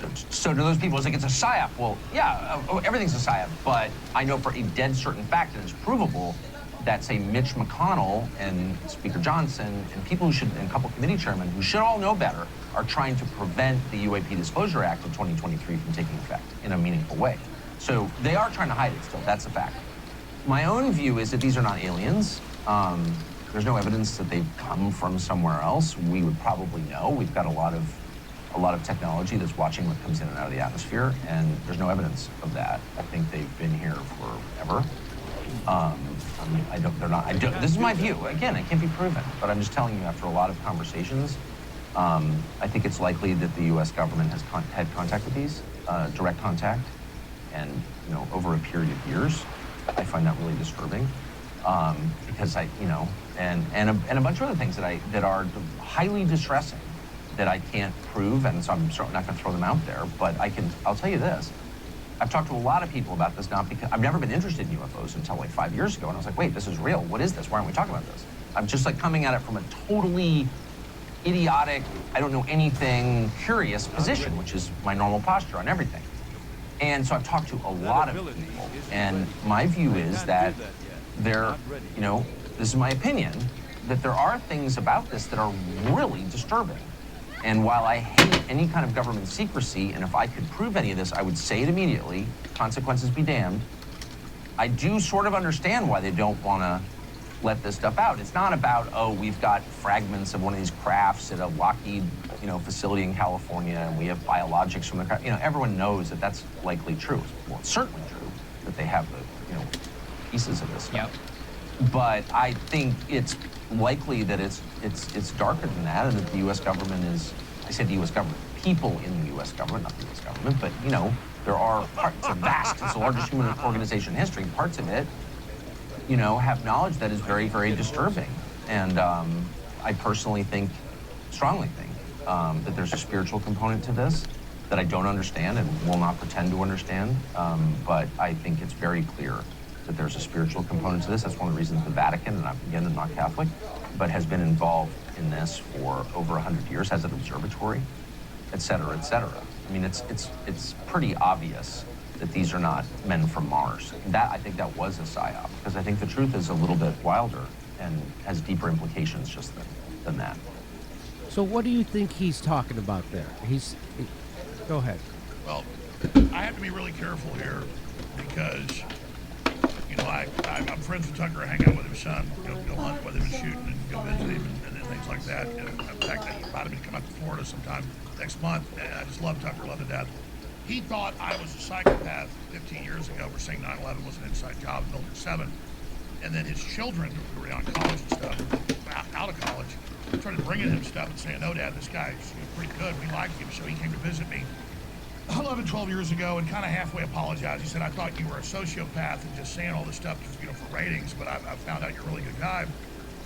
And then Tucker really listens to me a lot now, and it's also other people.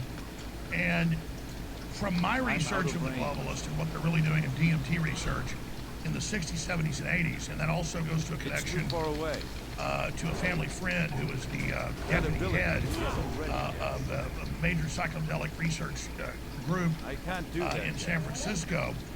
And I was when I first heard this, I was about 7 years old on a trip in the back of my mom's Volkswagen Beetle with her and her friend to a week-long trip with the girls to Arkansas, where they went on a tourist trip to check out all the cool sites there. Really beautiful there.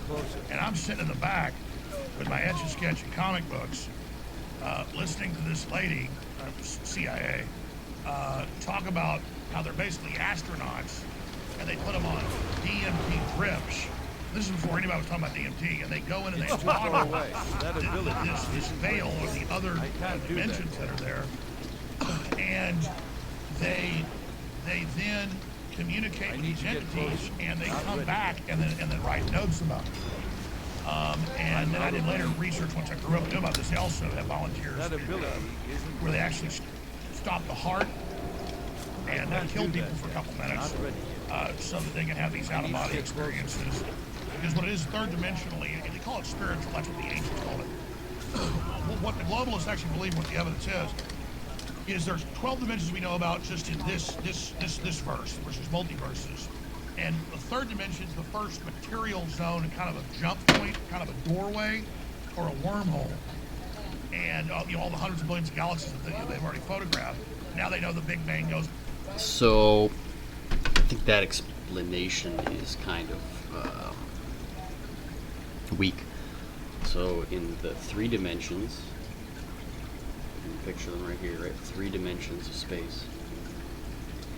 He's saying that at this level, create a wormhole. It's not really a wormhole. What he's saying is that at 3 dimensions, there are points. If you imagine a cube, do this right. Fucked it up already. Something like this, right? There's a cube.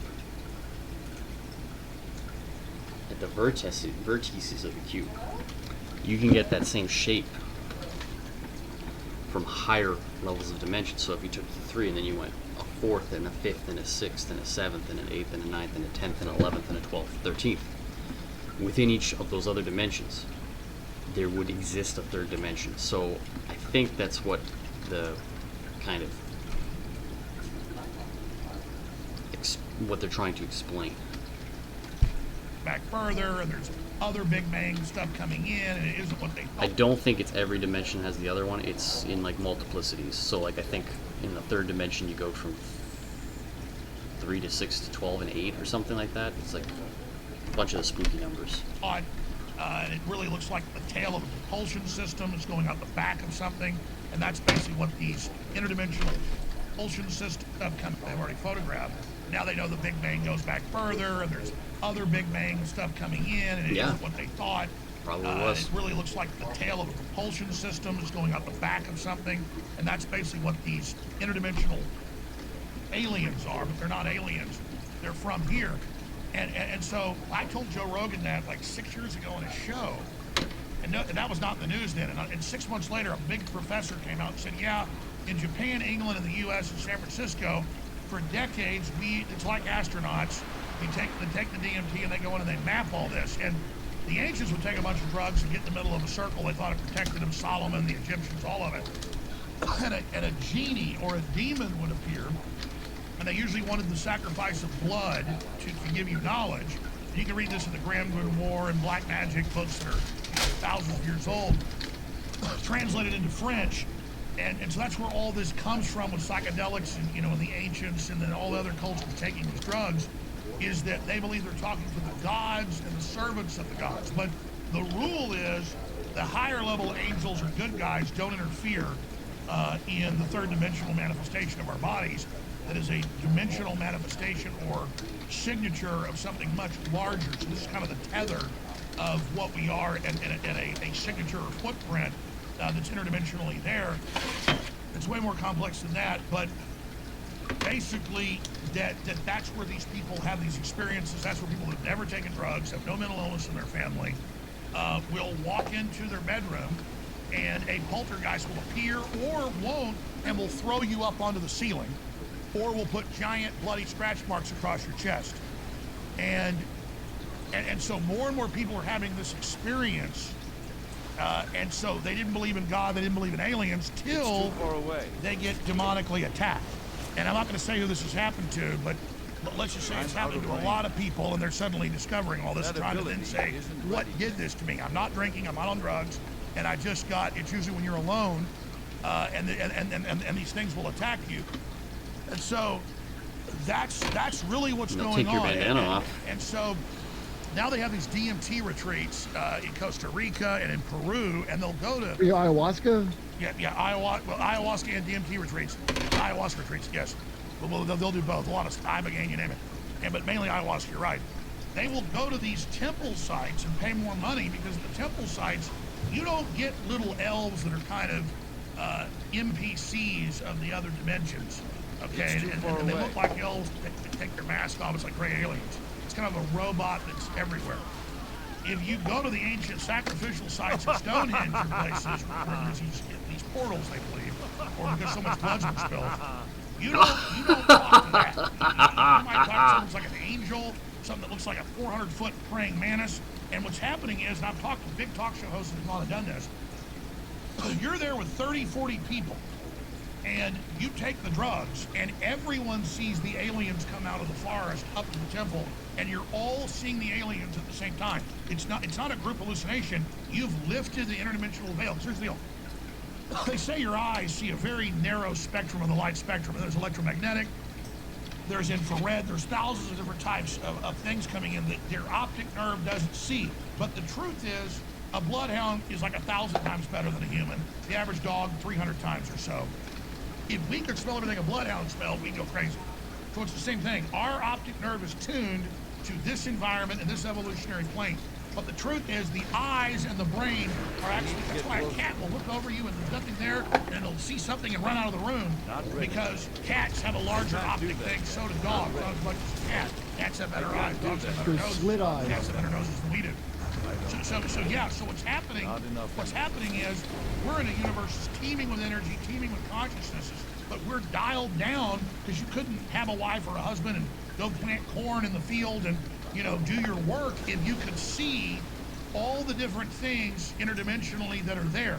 And so I naturally have a 21-inch neck and have really bad sleep apnea since I was a kid, because I guess you almost call it a bird defect. I mean, my head is huge and my neck's huge for my body. But the point is that I've had 2 sleep studies done. I get down to 63% oxygen, and there's only at night. That causes brain damage long term, but there's only one thing in the studies that will bring you into a DMT experience, and that's low oxygen dreams. Well, I have low oxygen dreams. So since I was a small child, and especially when I grew up and got bigger, I don't dream in REM sleep the last 2 hours like most people. I dream from the time I go to bed till the time I wake up 8 hours later. And a lot of it is a brain function, going over the data, creating scenarios in the brain. Nicotine also, Alex. Nicotine, when I would fly on planes, I remember I used to knock myself out with Xanax and put a nicotine patch on, and nicotine will make you dream very vividly. Absolutely, because it constricts the blood vessels and does a bunch of other stuff. So yes, and so I'm not trying to get mumbo jumbo. I don't go to the churches and believe that stuff. I know what I objectively know. I know the government's studying it. And, I told Tucker some private stuff. He told me some private stuff. He asked me on his show to go ahead and say it. And I said, I'm not going to tell those stories, Tucker, because he said, why not? Tell it right now during a break. He was, we were taking a piss. And I said, Tucker, why don't you tell your stories? He said, touche. But I tell you what, when Tucker tells his stories, I'll tell mine. And I'm giving you a little bit of a hint here, and I've not broken confidence or anything here. I'm just saying that more and more people are having these experiences. I mean, you might be driving down the road and you're not on drugs and it's 8 a.m. in the morning and you have no history of mental illness. You've never seen an hallucination, both optical or olfactory. And you look over in your seat and there is a demon sitting right there in the seat saying, I'm going to kill you. I mean, that is going on. And so 95% of this interview has been stuff we can prove. They're going to control our minds. They're going to do all this. They're going to make us eat bugs. And so they're all, here's the best info I have.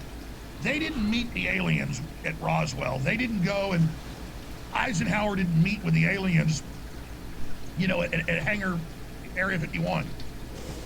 What they're doing is they're getting interdimensional information from lower level beings that are older than us or been around.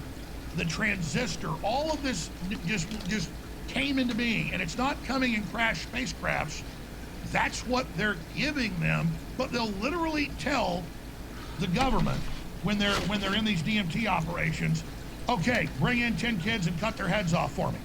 And you can say, well, they want you to do evil things, they like it, they like the pain, or is it just to see if we'll do what they tell them? And then they go, okay, open your mind, I'm giving you a design for something. And then they're giving us a design to build a system to enslave us. It's kind of like the movie, cheesy 1990 sci-fi movie, Species, where they got a radio telescope aimed at 50 light years away or whatever it was, and they get sent a DNA sequence from aliens. And they go, let's inject this into a female egg and see what happens.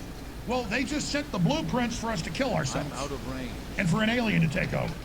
And so basically the aliens don't come in flying saucers from Mars. They don't come up out of the, the Pacific, rim, from the hollow Earth. They come through the interdimensional vortex and then communicate to our brain that is operating in the 3rd, 4th, 5th, 7th, 8th, 9th, and 10th, and even 11th and 12th dimensions. And so the invasion, ancients would call it spiritual, but it's not spiritual. In every culture, I mean, they got the Dugon tribe, and tribes in Africa that said up there in the sky is this pole star, multi-star, and it's got 7 planets around it, and they came from this one. And no telescope until like 70 years ago could even see it. And then it's what the Africans said that was, and they say aliens came from here and taught us about all this stuff, but they also told us about these other interdimensional things that are here to destroy us.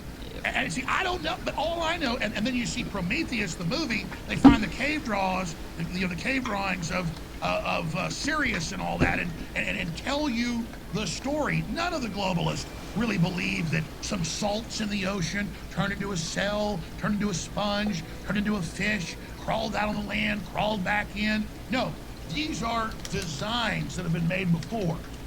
These are manifestations of the universe. So just like in leaves or in, crystals, you see the same designs. And then in our bodies, you see the same designs.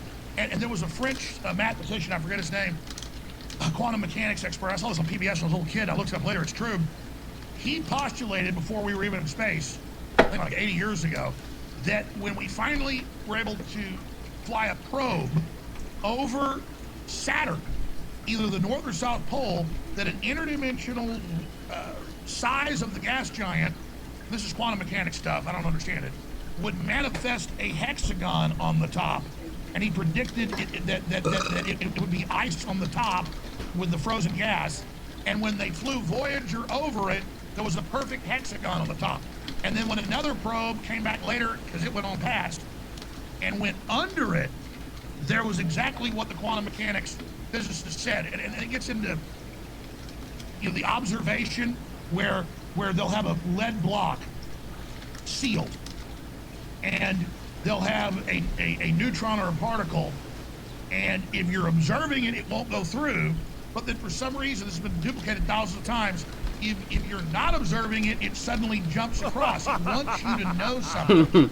And then they've also noticed that if humans observe electrons and quarks, that literally, so it's kind of like George Lucas, but not in a cheesy way, because it's so subatomic that it changes, observance changes what's happening. I mean, it's absolutely insane. And they've hooked up electron microscopes, spectrometers in Japan to say, well, maybe it's because there's humans near it. And then they'll hook it up, and then they'll have all these humans in the room around it, but not looking at it because they can't see it. And then as soon as somebody in Russia or Japan or America back to Japan looks at it through the electron microscope, yeah, absolutely. I mean, I'm not the quantum mechanics person. I just know that's what's going in unified field theory. I've read a lot of books on it, into all of this. And so it's there. There's a whole, and look, maybe our archetypal development is we're scared of big cave cats and cave bears that used to eat our ancestors. And when, you ever notice a kid at night is more scared in their room than out in the street around thugs, because where did primates usually get eaten? It would be in their nest or in their cave, coming out of the cave mouth, because that's usually where, so kids are always, little kids that have good instincts are always at night, oh, close the door, oh, what's in the door? And as a kid, I remember like doorways at night, we're going into, because that's our instinct. So maybe these things don't look like big demons with teeth and eyes and all this, maybe that's the only way our brain processing it. When it has a wider spectrum we're taking in, it only processes a tiny bit, but we're getting it all. The subconscious and unconscious is actually decoding it all.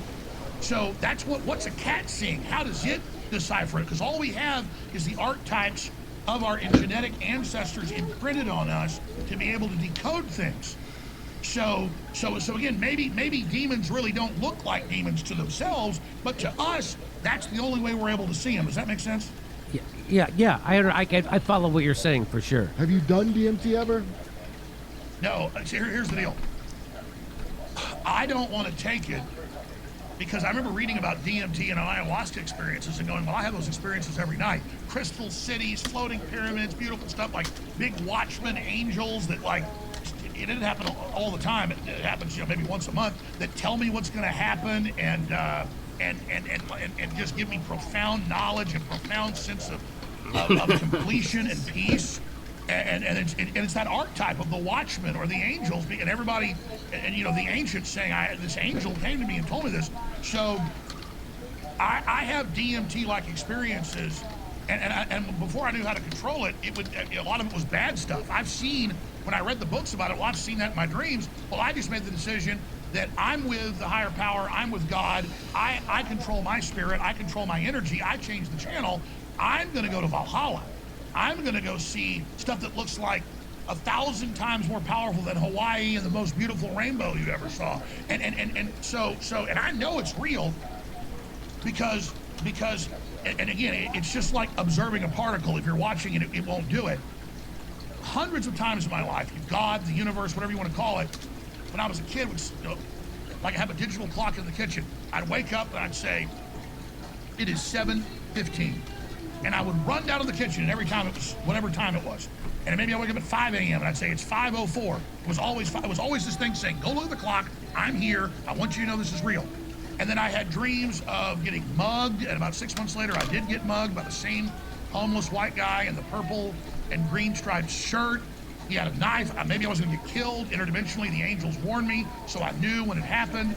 I was a teenager, wasn't on drugs, but I was on a beer run to get beer in Dallas where they sell it to underage. And this happened, and I had a lot of other dreams of things that came true.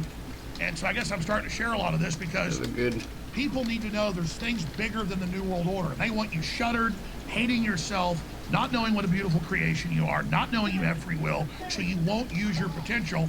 And Tucker Carlson has had an awakening. He's had an awakening that good and evil exist. And before, he wasn't sure about that. And so he's had experiences now that have shown him how real this is. And other people are going to have it because there's something big. And is it us? They've proven the sixth sense. That's how you know when somebody's looking at you. You're walking through the forest, nobody's around, you feel somebody looking at you, turn, you look, 20 yards away, a guy standing there looking right at you. Or, everybody knows that, and they've proven, that's how butterflies can fly from Canada all the way to Mexico, even though they were hatched in Canada and never been to Mexico, and fly to the same tree that their ancestor was laid in, and then they fly back up to Canada, die, lay the eggs, die, and fly perfectly back to the tree. Scientists don't know how they do it. Well, no, they have they do know now. They have magnetic cones in them, little bitty tiny magnetic cones in their brain that operate off of electromagnetic lines.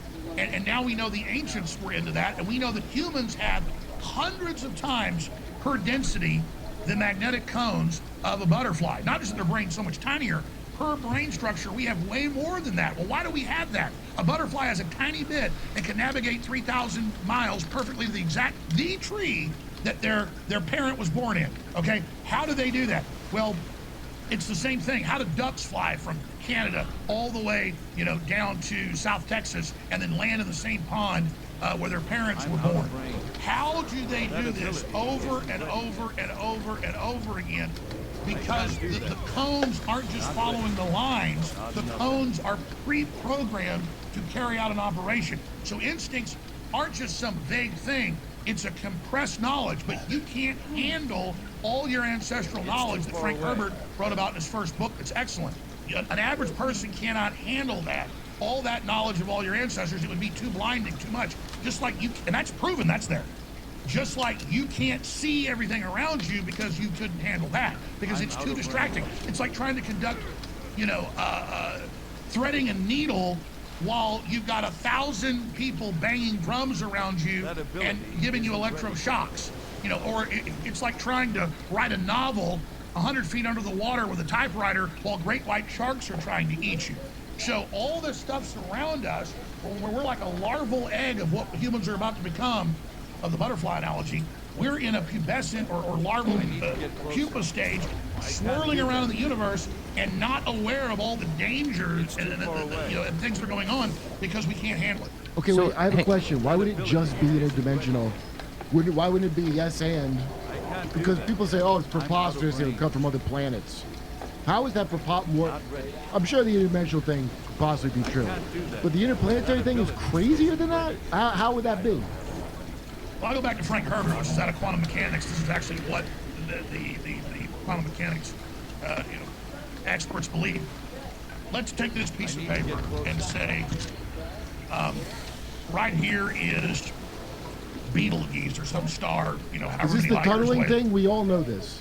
I'll show people. Let's say there's a galaxy 50 light years away, okay?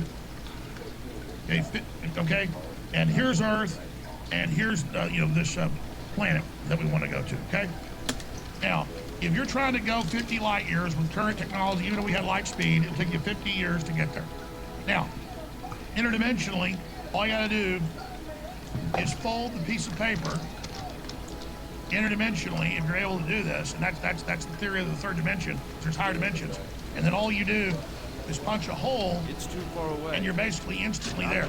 So that's like somebody before they invented the wheel looking at a chariot and saying, "What does that do?" So see, take you 50 years to get there with the technology we don't even have yet. What the hell? But if you interdimensionally travel there, you're there instantly by folding. That's fold space. Right. How's that different? All right. Okay. All right. So before we let you go, I want to, I'm really into Carl Jung. He talked about a collective unconscious, which kind of parallels what you were saying about the knowledge of everything that came before us. And he would have these visions in his dreams that were symbols of things that he didn't know what they meant, but he knew they were important. And then he would read books about the alchemical process, which was all about psychic gold, turning psychic lead into psychic gold. And he would find out, 1,000 years ago they knew what this symbol meant, and why would it show up in my dream? And if I didn't know what it meant already, well, because you already have access to that knowledge. It's called the collective unconscious. That was his greatest contribution to psychology. And I think that's absolutely true. So you can't really turn lead into gold, even though with some of these big cyclotrons they can do it now. Small piece, but it takes a lot of money and energy. But you can, with advanced knowledge we already have, create the gold of new inventions. And I'm saying there's bad actors that are trying to get us to build things that are destructive because they want to hurt us and get rid of us because of whatever destiny we have or whatever's unfolding. I'm just speculating there. I wish I had crew in the studio because they've been showing for about a month this AI rendering of castles and mountains and the universe and how it changes. And when I saw them play that, I went, that's where I go. That's one of the things I've seen basically exactly. Well, here's AI scraping the art and visions of billions of people, and then you put into it the cosmos, heaven, and then it literally shows you what the collective unconscious already has. So that is the power of AI, is that it scrapes fragments of what we're doing in the conscious and unconscious that bubble up to the conscious, and then it is, in many of these things I've seen, manifesting some really deep, powerful stuff. There's no crew in there, is there? Too bad everybody's probably gone, or I'm going to send you this, Jimmy. Okay. And I'm telling you, the stuff I see in these dreams is just like this, but even more blazing and gorgeous and just, way more powerful. But when I saw this for the first time, I was like, whoa, that's very similar to what I see. And I'd never seen art like that, never seen culture like that, never seen what I'd seen, one of the things I see. And then AI, though, it saw it because it's scraping millions of people. So before we go, you tweeted this out, and I wanted to end our conversation talking a little bit about Israel. You said, breaking exclusive, General Flynn responds to Netanyahu's leaked plan to ship Gaza war refugees to Western nations. Former head of the Defense Intelligence Agency, General Michael Flynn, gives his analysis of this extremely dangerous development and also calls out Netanyahu and the Israeli military leadership for clearly standing down during the Hamas attacks of October 7th. So go ahead and speak about that. Well, I mean, I'm not telling anybody anything that they didn't know. I've seen you talk about it. I talked about it on October 7th. Israel, a couple days ago, in a 60-second rescue, grabbed a bunch of hostages while they were being shot at, flew into Gaza from Israel in 60 seconds, saved them, and got out. Okay, so Israel probably does have the best border defenses in the world, hands down. General Flynn's been there, he's toured it. He said clearly they probably got the best. And they've got multiple 3-4 layers and all these cameras and all these weapons. And Israel, you know, is tiny, and you can drive from end to end of Israel, even on the windy roads, in like an hour. And from the Golan Heights in the north all the way down to the south by Gaza and the southern zone. And so a bunch of Israeli retired soldiers who were in the north got down there in 45 minutes in their cars, and they helped. But somebody had a bunch of the troops stand down, and Flynn says the head of the southern district should be removed, the head of the military should be removed during the investigation. And the New York Times comes out and says, actually, the army says they told Netanyahu a year before of the plan. Yes. But then nobody's blaming who did it. So I don't know if it's Netanyahu, whether they didn't tell him. But the point is, they have hundreds of attack helicopters. I've looked it up. They have over 170 Apaches. They've got hundreds of attack helicopters. I looked it up.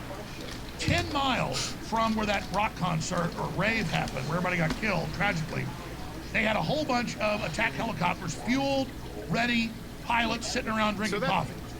I mean, I agree with what he's saying. They totally stood down. There's no way they didn't stand down and let it happen. Does that excuse that there's barbarians at the gates ready to do that to you? No. But there has to be some more, like, they let this happen, just like every other power lets this stuff happen so they can justify expansion and war. So a helicopter could have been there in minutes. A few helicopters, when they break through the first fence with bulldozers, could have been there and stopped them. Instead, they let them break through, overrun, go in, kill thousands, grab hundreds, drag them back across right after Biden gives Iran $6 billion, right after Iran. Hezbollah's now taking credit for Hezbollah advising Hamas. They go in, and then Hamas gets elevated around the world, get to be these heroes. Israel gets to get the oil and the gas and push people out of Gaza, send the refugees here. Netanyahu gets a new 9/11, a political distraction. Iran gets to flex their muscles. Wars help the state. I'm not saying they all work together, but there's a lot of back channel wink-wink going on here. And so bottom line, we know Israel stood down. That is a fact. 7 hours is conservative. Most estimates are 8.5 hours. So you have to understand, the most militarized per square inch country in the world with, the word is 1,000 nuclear weapons, submarines, gunboats, tanks, giant military, huge militia, and it gets worse. 1 month before the attack, but he just kept running. Disbanded the local security companies that the kibbutzes were paying for in the area. I mean, this is 9/11 all over again. A definite stand down, and it's disgusting. And I'm not an anti-Israel guy. I don't think Israel should be destroyed. I don't believe from the mountains to the sea stuff.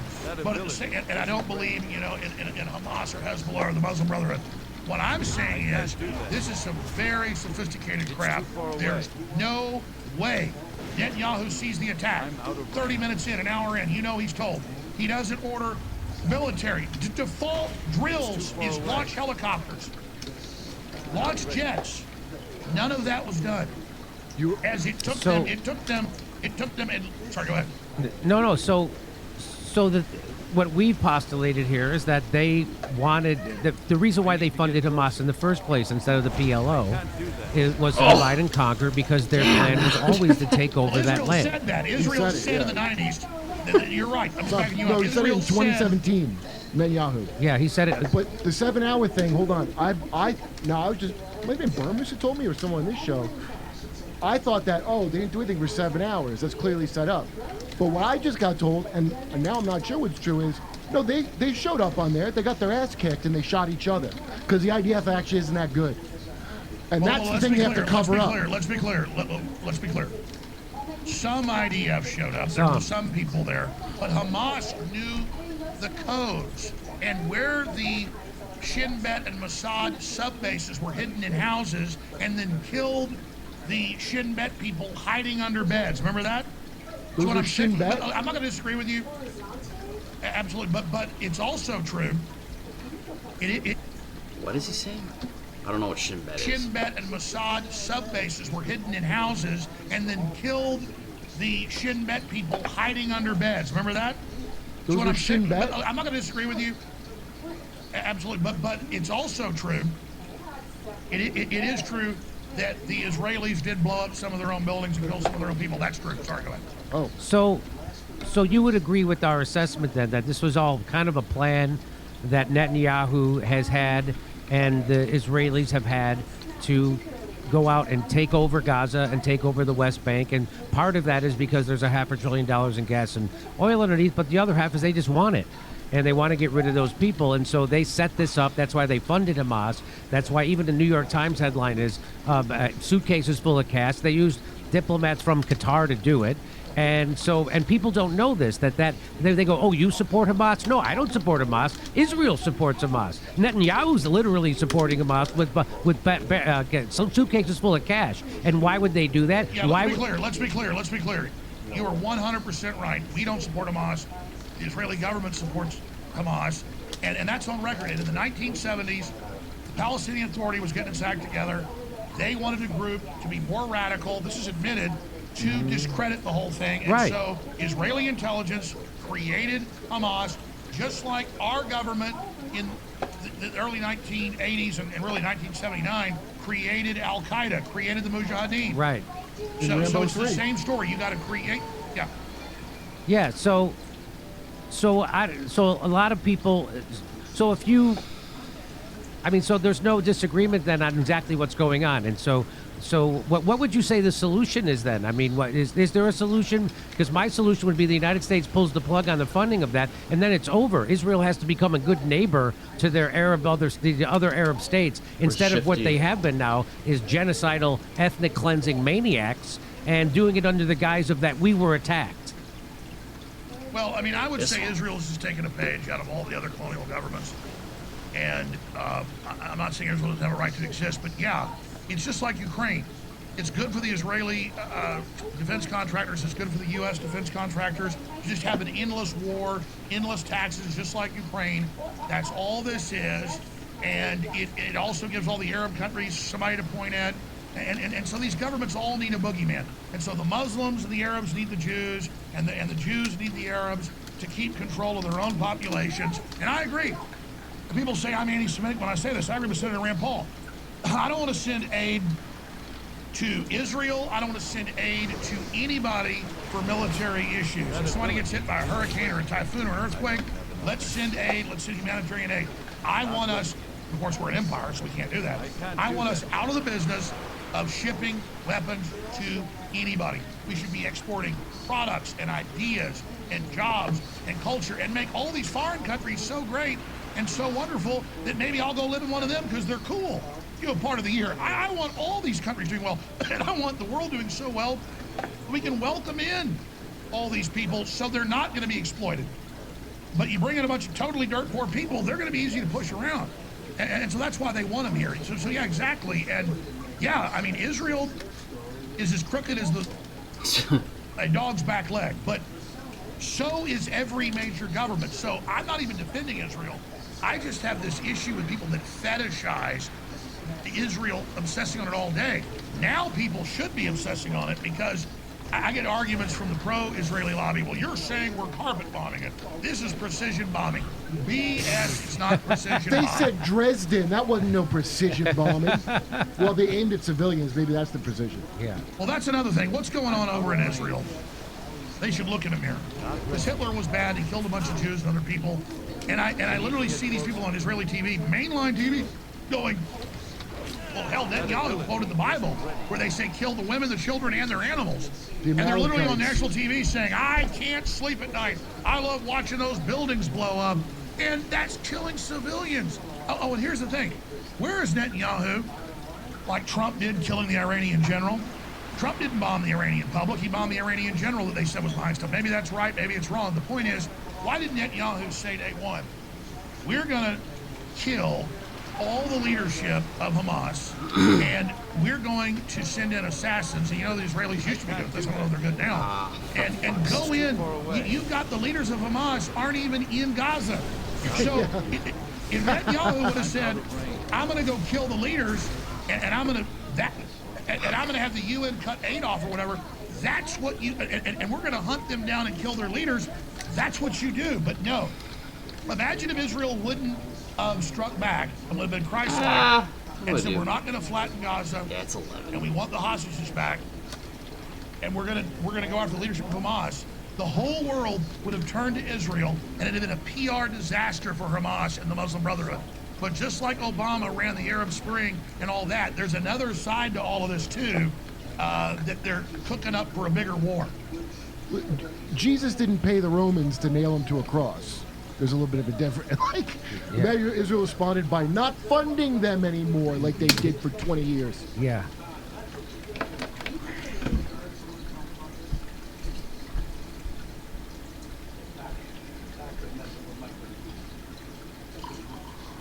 How you doing, honey?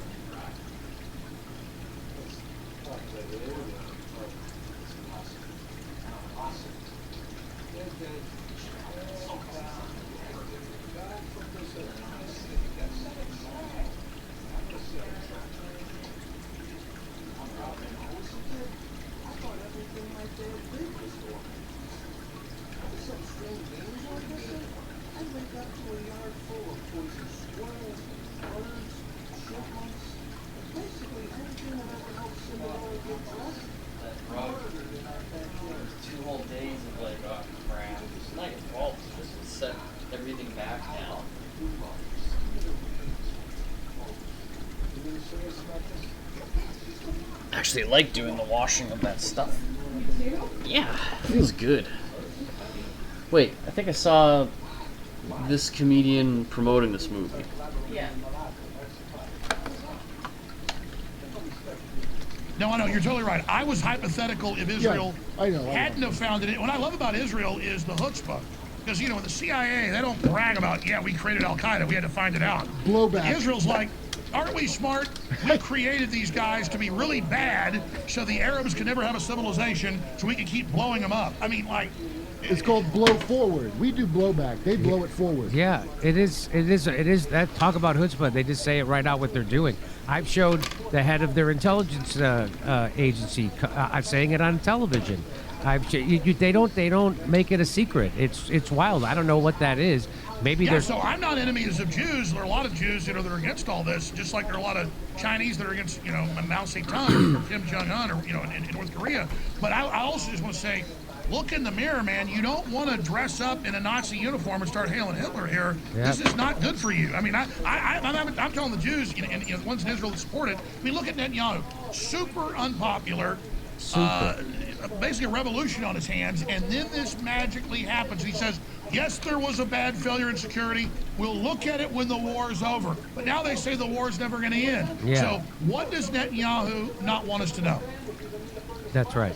Okay, well, all right. I'm glad we had this conversation, Alex. I really appreciate you giving us 3 hours of your time today. I'm glad we could find... What a great episode. That's awesome. Probably gonna go see Jimmy when he comes through town now, for sure. Getting Alex on and platforming him, big. It's time to take all these shit libs, all these gays who've been running all the social media for the last 6-7 years. We're just gonna put them in their place. You had a little bit of power out of a good Christian ethos, out of a caring for you, even though we strictly judged you and your lifestyle.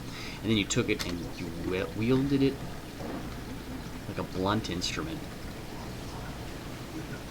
And then claimed you were doing fine surgery. We're just taking out the one little piece here. We're just taking out that one little square. See? The cloth is fine. But meanwhile, you're just dragging the fucking thing on.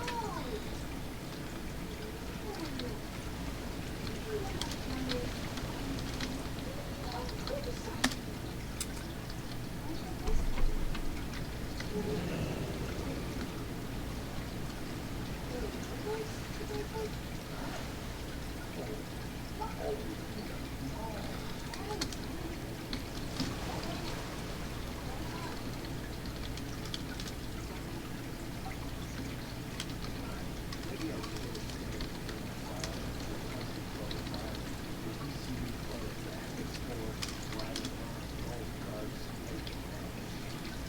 need to get closer.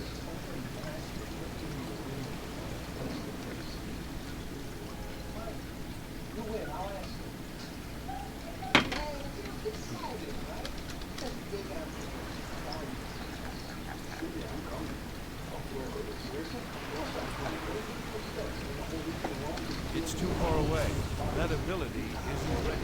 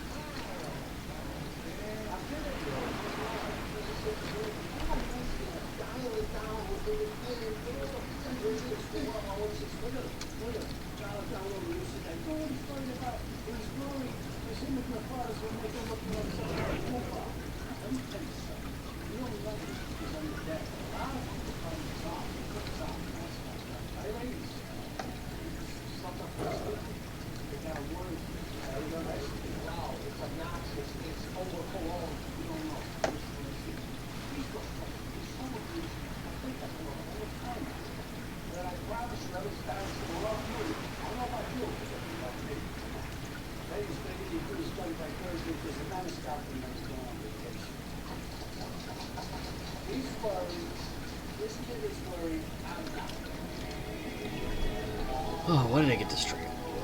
Officially, Oh, it's 2 minutes one-on-one, bury the hatchet, and get over. I was never mad about you spitting on me. Okay, good. I love it. But let me be serious here. No, it was all part of the circus. It cooled me off. But the point was, it was right in my mouth. It was like, oh yeah, Yuger, right in the mouth. But just this last point. It's catty for a show to go on another show and say tune into my show. But I've been in the Phantom Zone. I'm bankrupt. I'm trying to keep my crew employed. I think we're doing important work. We're a symbol of free speech they want to shut down. I am on weekdays, 11 a.m. to 3 p.m. Central. We have other great shows on with Schroyer, Harrison Smith. We got reporters in the field. We're trying to get back out there. People can find my show at infowars.com/show or follow me at Real Alex Jones on X. And Jimmy, you and your great crew have all got to come to Austin. Back when we get back on our feet, we'll fly you here, put you up. I'd love to. We're getting back on our feet very soon. My bankruptcy's going well. It's almost over, and I'll be able to operate again and actually have funds to do things. But I want to invite you here to Austin. You can go to Joe's Club, hang out with him, do his show. After you do his show, please come to my show. I want to invite your whole crew. I'll pay for you all to come here. We can change the background to your background. We got 2 other studios that are generic. You're welcome to come use this place. I'm a big fan of yours, and I really appreciate it. I appreciate you saying that, and I look forward to meeting you in person in Austin, and we'll certainly do something like that. And just one last little quick thing. When the New York Times, the Washington Post, and all you, Jones Jimmy Dore Love Fest. Look, we're just loving free speech and open discussion. Doesn't mean we agree on everything. And it's about free speech and our victories over the tyrants. And it's good when the New York Times attacks you. They promoted WMDs. They have blood on their hands. Every time the media says Alex Jones is evil for stuff he didn't even say or out of context, say, okay, did he lie about WMDs and kill millions? Or every time they say Jimmy Dore is a Russian agent because he doesn't want a nuclear war, tell them, F you, I want to live. Your crew's awesome. We love you. Okay, right back at you, Alex. Thanks again. And show your book. Show your new book. There it is. The new one is The Great Awakening, Defeating the Globalists and Launching the Next Great Renaissance. This one went to #1, but it came out in the late summer. That's easy to go to #1 then. It's very hard around Christmas. It's gone to like 25. It's gone to #1 in a bunch of charts like politics. It's The Great Awakening. This is the plan to the Death Star, the Great Reset and the War for the World. This is how the actual attack on the Death Star and then defeating the Empire after that, to use a cheesy Star Wars analogy. This is to finish the war and then build a new civilization. Okay. All right. Thanks again. Come see us do a live stand-up show. We'll be in Venice, California, Palmdale, California, Omaha, Des Moines, Milwaukee, Lansing, Bend, Oregon, Portland, Oregon, Seattle, Washington, Boston, Massachusetts, and we're going to Europe. Do you live in Europe? We're going to be there. Go to jimmydore.com for a link for all those tickets.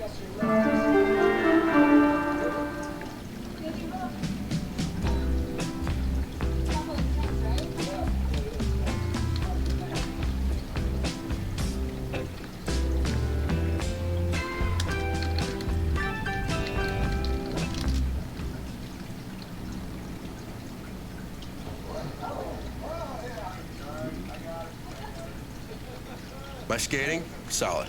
My slapper, solid. My equipment, stinks. Like really stinks. So I gave her a little wash ski. That's the smell of hard work right there. You washed your gear. You earned that job. Yes. That ability isn't ready yet. Not ready yet.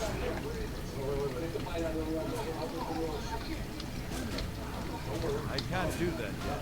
That ability isn't ready yet. I can't do that yet. That ability isn't ready yet. Not ready yet.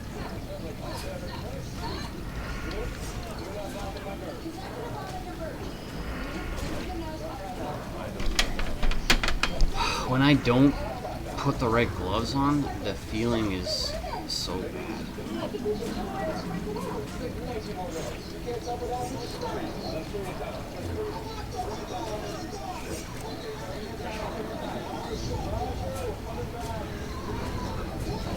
I can't do that yet. Not ready yet. That ability isn't ready yet. I'm out of range. Not ready yet. I need to get closer. I can't do that yet. It's too far away. I'm out of range.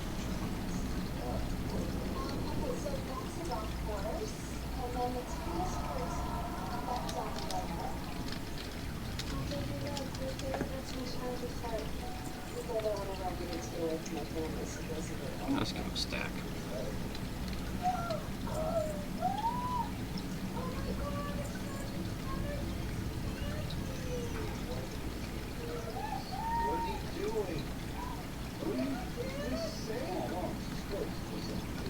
That ability isn't ready yet. I can't do that yet. Not ready. That ability isn't ready yet. Not enough energy. I can't do that yet.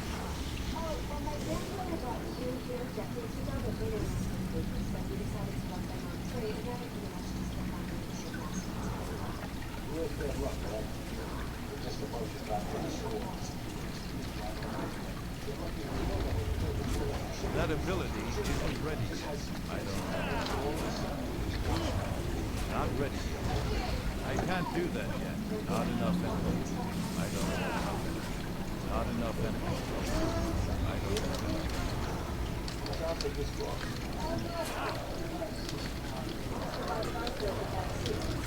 Not ready yet. That ability isn't ready yet. Not ready yet. That ability isn't ready yet. Not enough energy. I don't have energy. Not enough energy. I don't have enough energy. Not enough energy. I don't have enough energy. Not enough energy. I can't do that yet. I don't have enough energy. Not enough energy. Not ready yet. I don't have enough. Not enough energy. I don't have enough energy.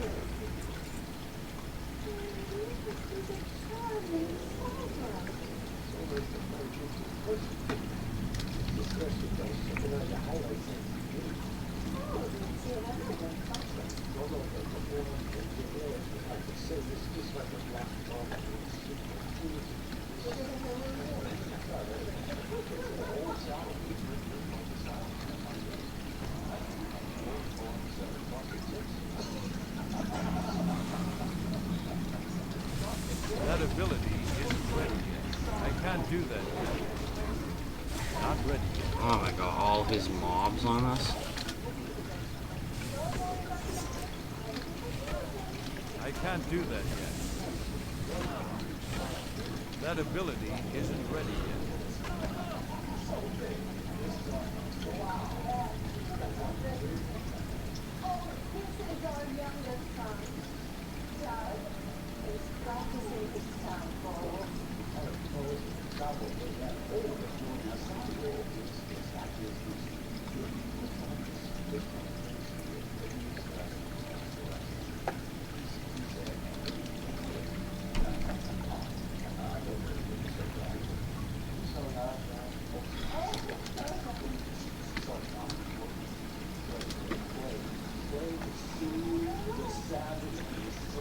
45 damage to every 10th. I can't even get to the portal and fight them because I'm...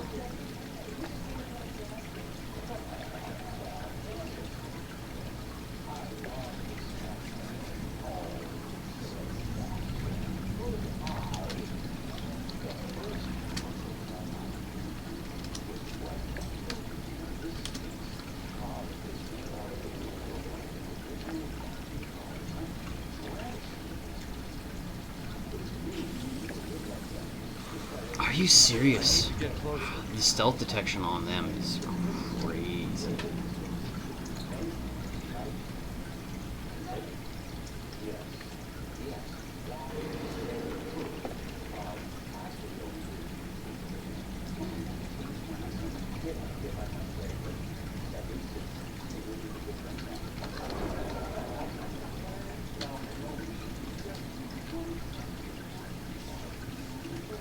Not ready yet.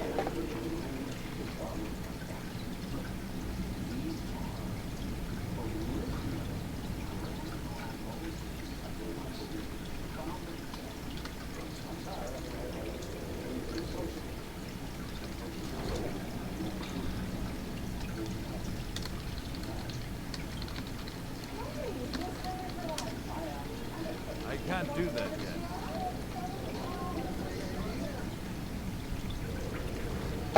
That ability isn't ready yet. Not ready yet. That ability isn't ready yet. I can't do that yet.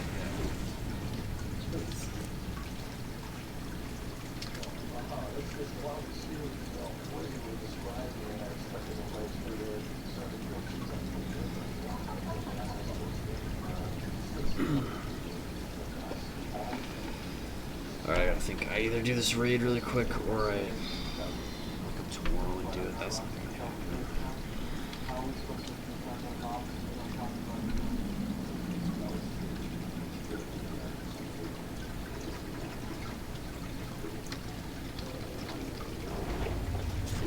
Not enough energy. I don't have enough energy. Not ready yet.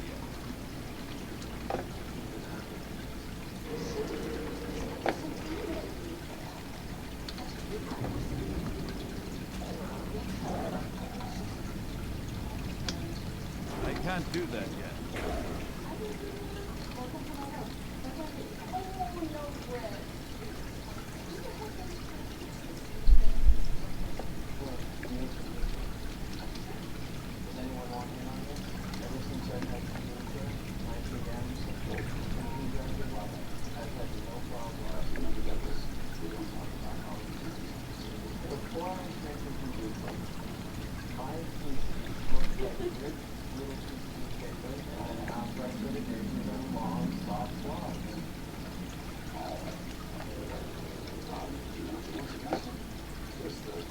That's it. So you weren't ashamed.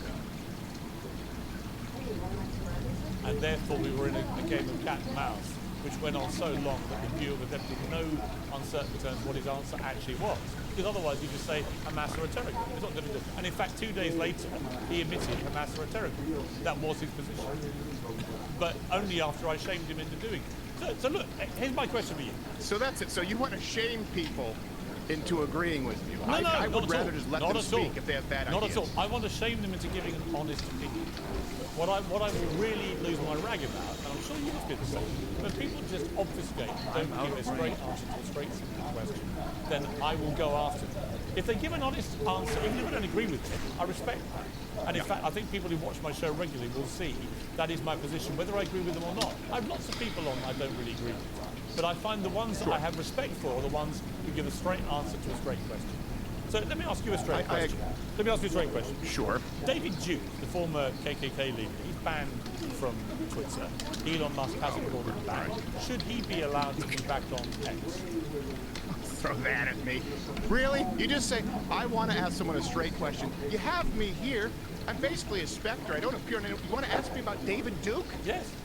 Because he's banned from Twitter. Should David Duke be allowed back on X? Yes. I'm not as familiar with David Duke as I am with Alex, which is why I was able to point out that you cannot prove that he knowingly lied about anything. No. If David Duke has called for the violence, look, if David Duke has called for the violence, actions of violence against minority groups, then no. If David Duke has espoused horrible points of view that can be refuted, by the way, not only by other people who are on X, but by the community notes on X, and on a platform where people are free to speak on both sides of the aisle, then yes. It doesn't mean that I think he's anything other than a racist prick.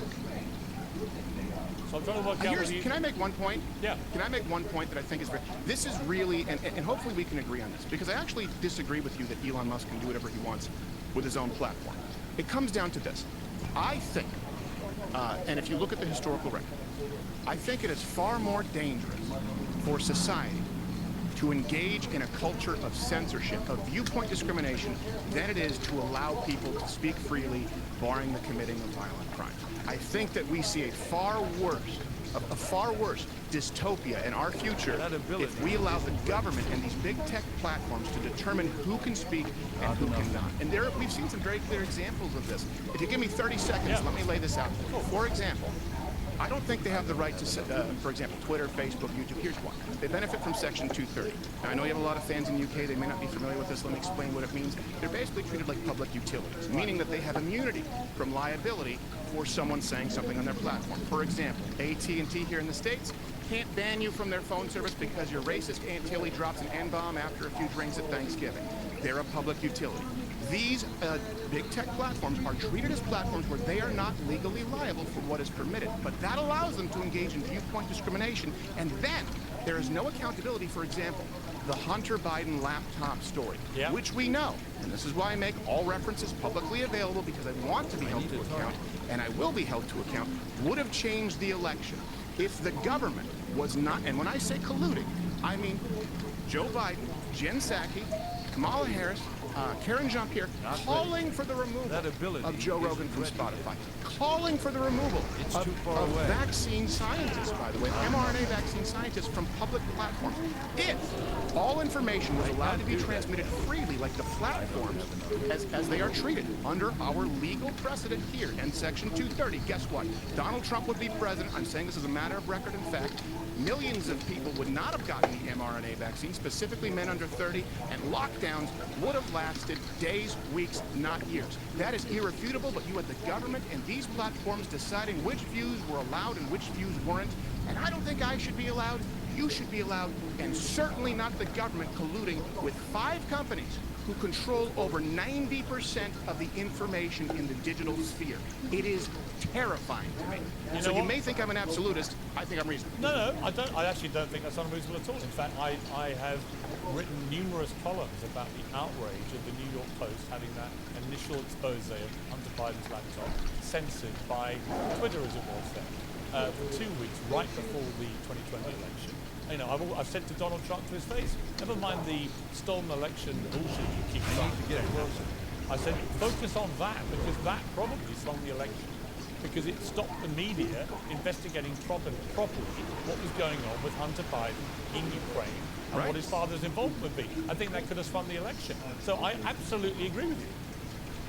Let me give you a funny story. It would have, according to Dr. Epstein. Do you realize? Now, I'm a comedian, right? This show, that's why I appreciate you said, hey, you got a chuckle from our segment.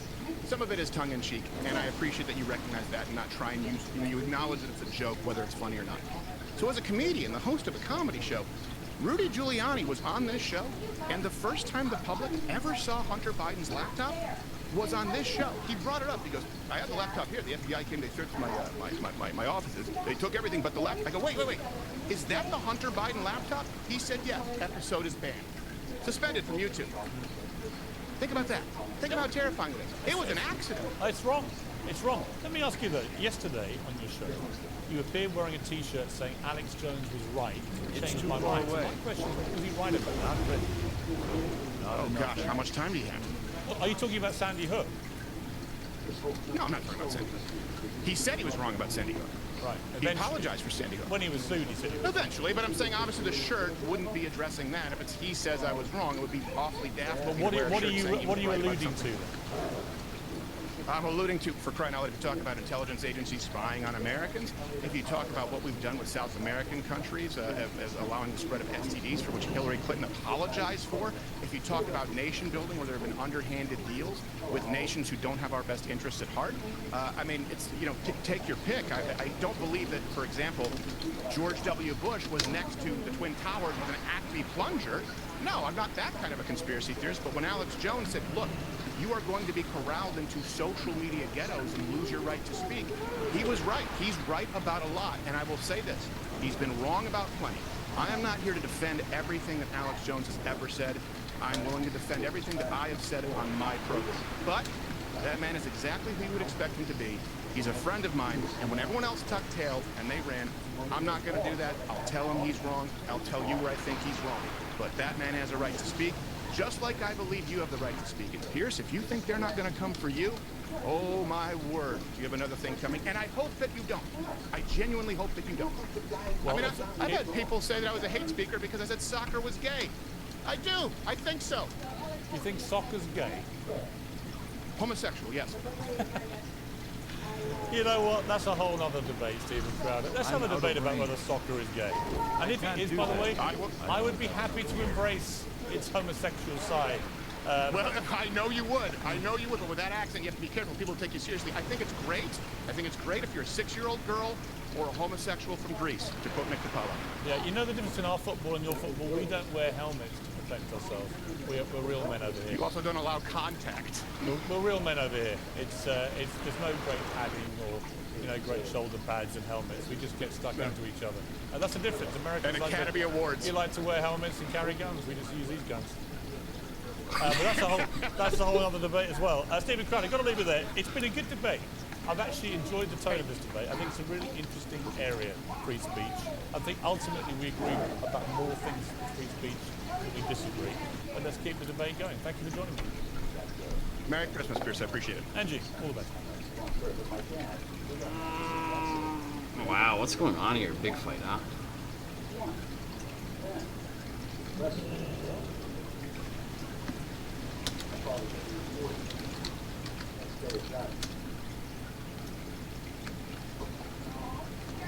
I need to get closer.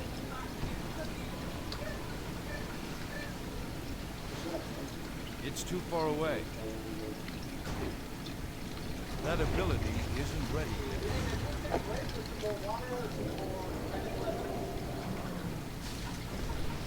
I'm out of range. Not ready yet. Not enough energy. I don't have enough. Not enough energy.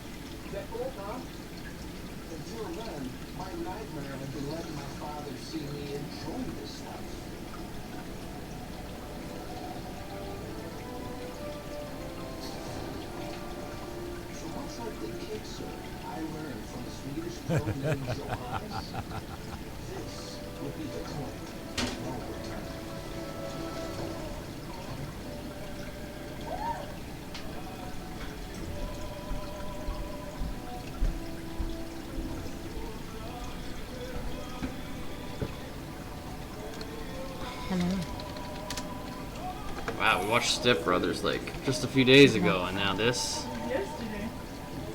Oh, with this song. Yeah.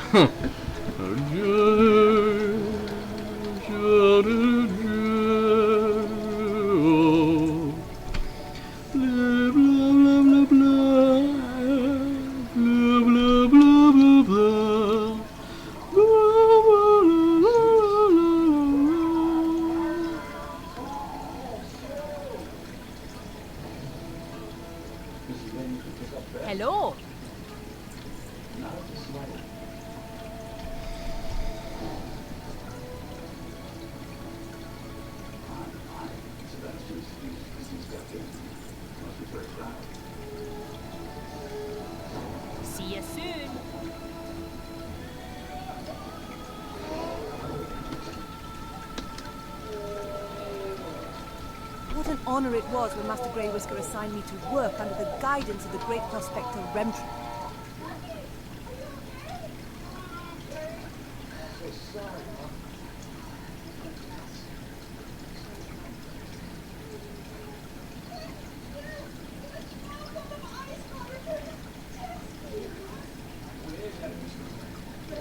What an honor it was when Master Grey Whisker assigned me to work under the guidance of the great prospector Remtravel. At the Academy in Ironforge, everyone knew of Remtravel's great discoveries, but the prospector is rather, oblivious to his surroundings. We had uncovered evidence of a great society. Horrible golems sprang forth from the ground and overran the site. Remtravel never seemed to notice. I ran back to Oberdeen for help. Please travel south and see if the prospector is okay. They need to put that AI add-on just in the game. It's so great when they're all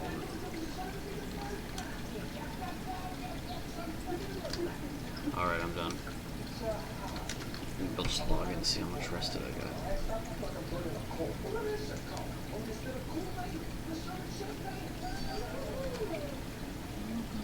What brings you? Hello. I am listening. May the stars guide you.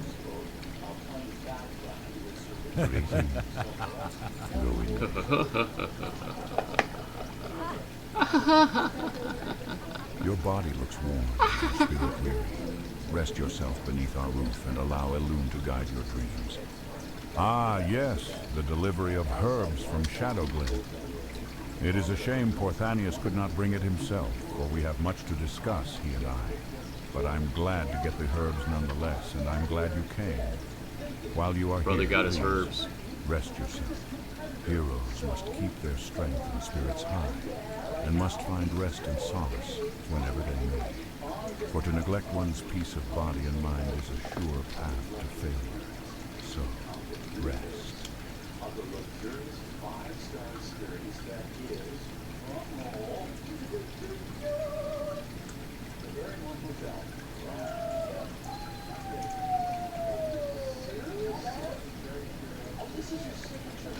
I'm listening.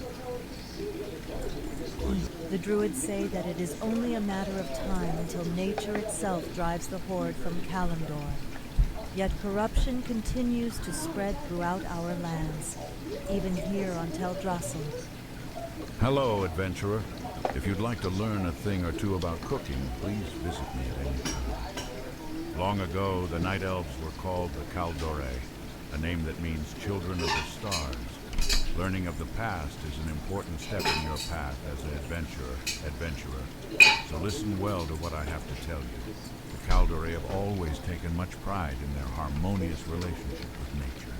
This means that we only take from nature what is necessary, and that we return in kind.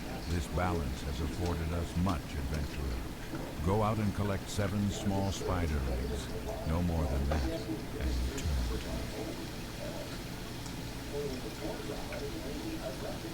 Just need all my silver leaf, all my peace bloom.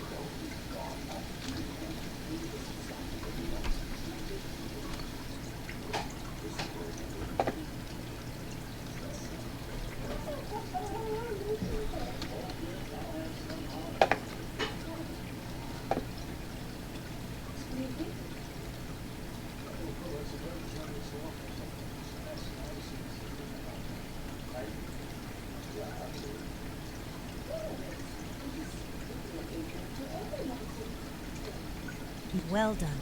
Your understanding of potions is coming along nicely. Okay.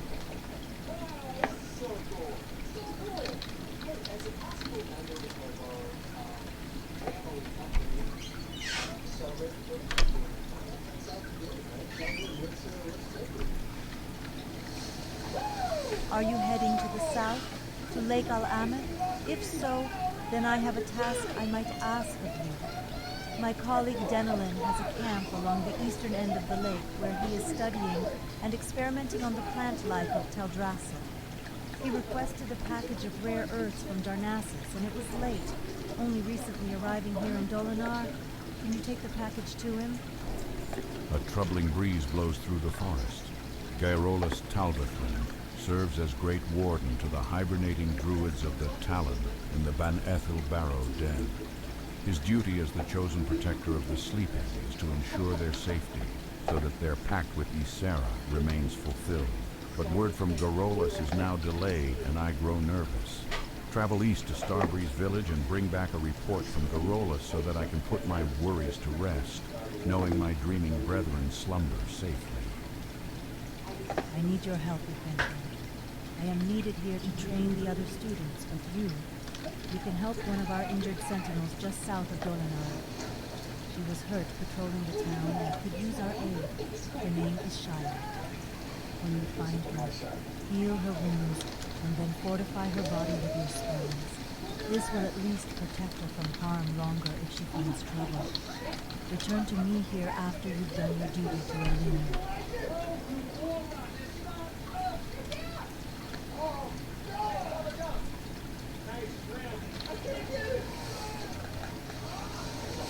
Oh, I didn't fortify her. Whoops.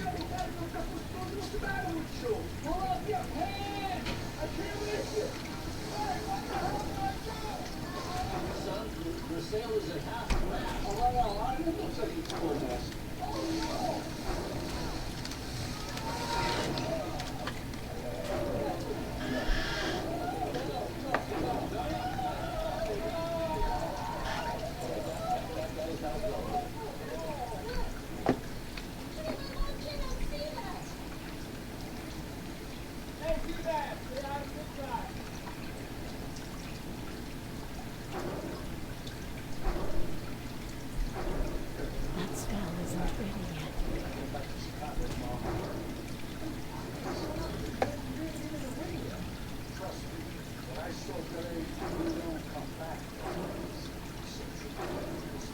I can't cast that yet.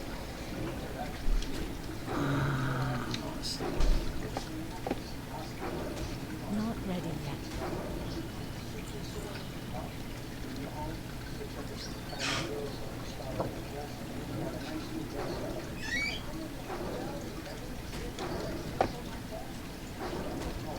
That's still recharging.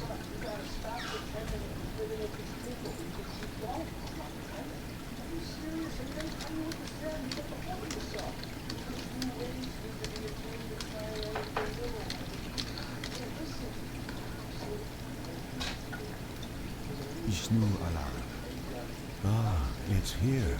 I have waited for this rare earth for quite some time. I hope it's still fresh. Thank you for bringing it to me, adventurer. You are a traveler who is generous with her time.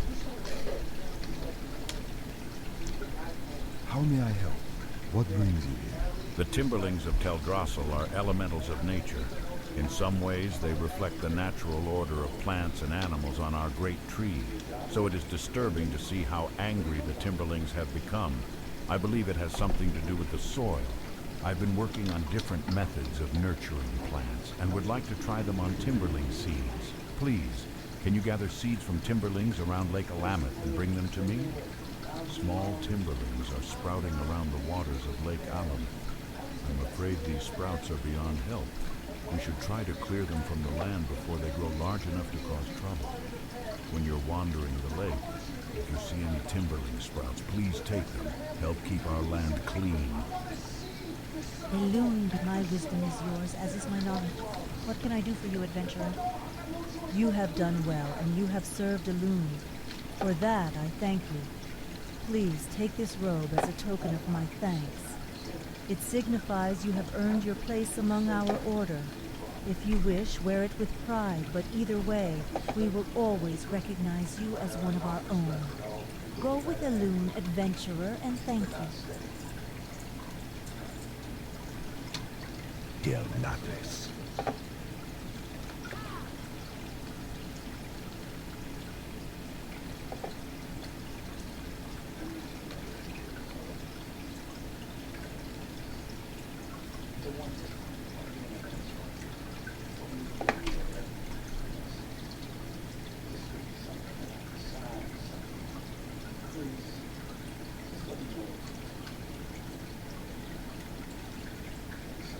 Ready to feel good about investing with BMO? This is the Monster Hunter World video. People want me to see this since I say I'm gonna play the game. Here it is. Monster Hunter World has been out for almost 6 years, Yeah, and yet despite that fact, this game is out here breaking records. Hello everyone, my name is Dark Hero and welcome to another Monster Hunter video. Now with the announcement of Monster Hunter Wilds at the Game Awards show, the community has been going crazy. Everybody is excited about the upcoming game, and as a response to all of that hype, Capcom and their community managers have started the Return to World campaign, and because of that and because of all the hype around the new game, we're seeing huge swaths of people going back to Monster Hunter World, and even a lot of new players getting their first taste of the Monster Hunter series, as it is currently in its biggest sale ever. You can get Monster Hunter World's Master Edition, which comes with the Iceborne expansion, for just $20. We're talking, in my opinion, one of the best games ever released, certainly my favorite, even as a long-time fan of the series, and because it is such a phenomenal game that offers a unique experience, especially to those that are newcomers to the franchise, with loads of content on offer and immense replay value. We have so Capcom just did an event where it's basically like, hey, come back and play the game again. Monster Hunter World showed up on Steam to a tremendous amount of players. As of today, December 22nd, the game has reached a 24-hour peak of 104,000 concurrent players, which is absolutely nuts, taking a place amongst the ranking of the most concurrent played games on Steam. We haven't seen... Yeah, let me look and see how it compares to the other games. I actually kind of want to see how many people are playing at Monster Hunter World. Is it on here? Let me see, most played games. Yeah, it's number 26. Holy shit. These numbers since the Iceborne expansion, and again, the game has been released for almost 6 years. So this is a momentous occasion for the Monster Hunter community. Now, of course, I also want to point out that the game is available on other platforms besides Steam, of course. In fact, back when it released, Steam was by far the smallest platform out of all three, the PlayStation, Xbox, and PC. Sadly, however, Steam Charts is the only way that we can track the player base, as PlayStation and Xbox do not disclose their player numbers. But since we've seen this huge... it's a sample, right? And so, like, you would assume that if player numbers are going up on Steam, that they're probably going up on other places as well. It's just logical to assume that. Flux of players on Steam, it is safe to assume that the same has been happening on PlayStation and Xbox as well, especially since the game is on sale on those platforms as well. Yeah. I've been having a blast going back to Monster Hunter World, playing with my friends, and I've even had many other friends also getting into Monster Hunter for the first time with Monster Hunter World, and it's really fun to see them try it out and slowly start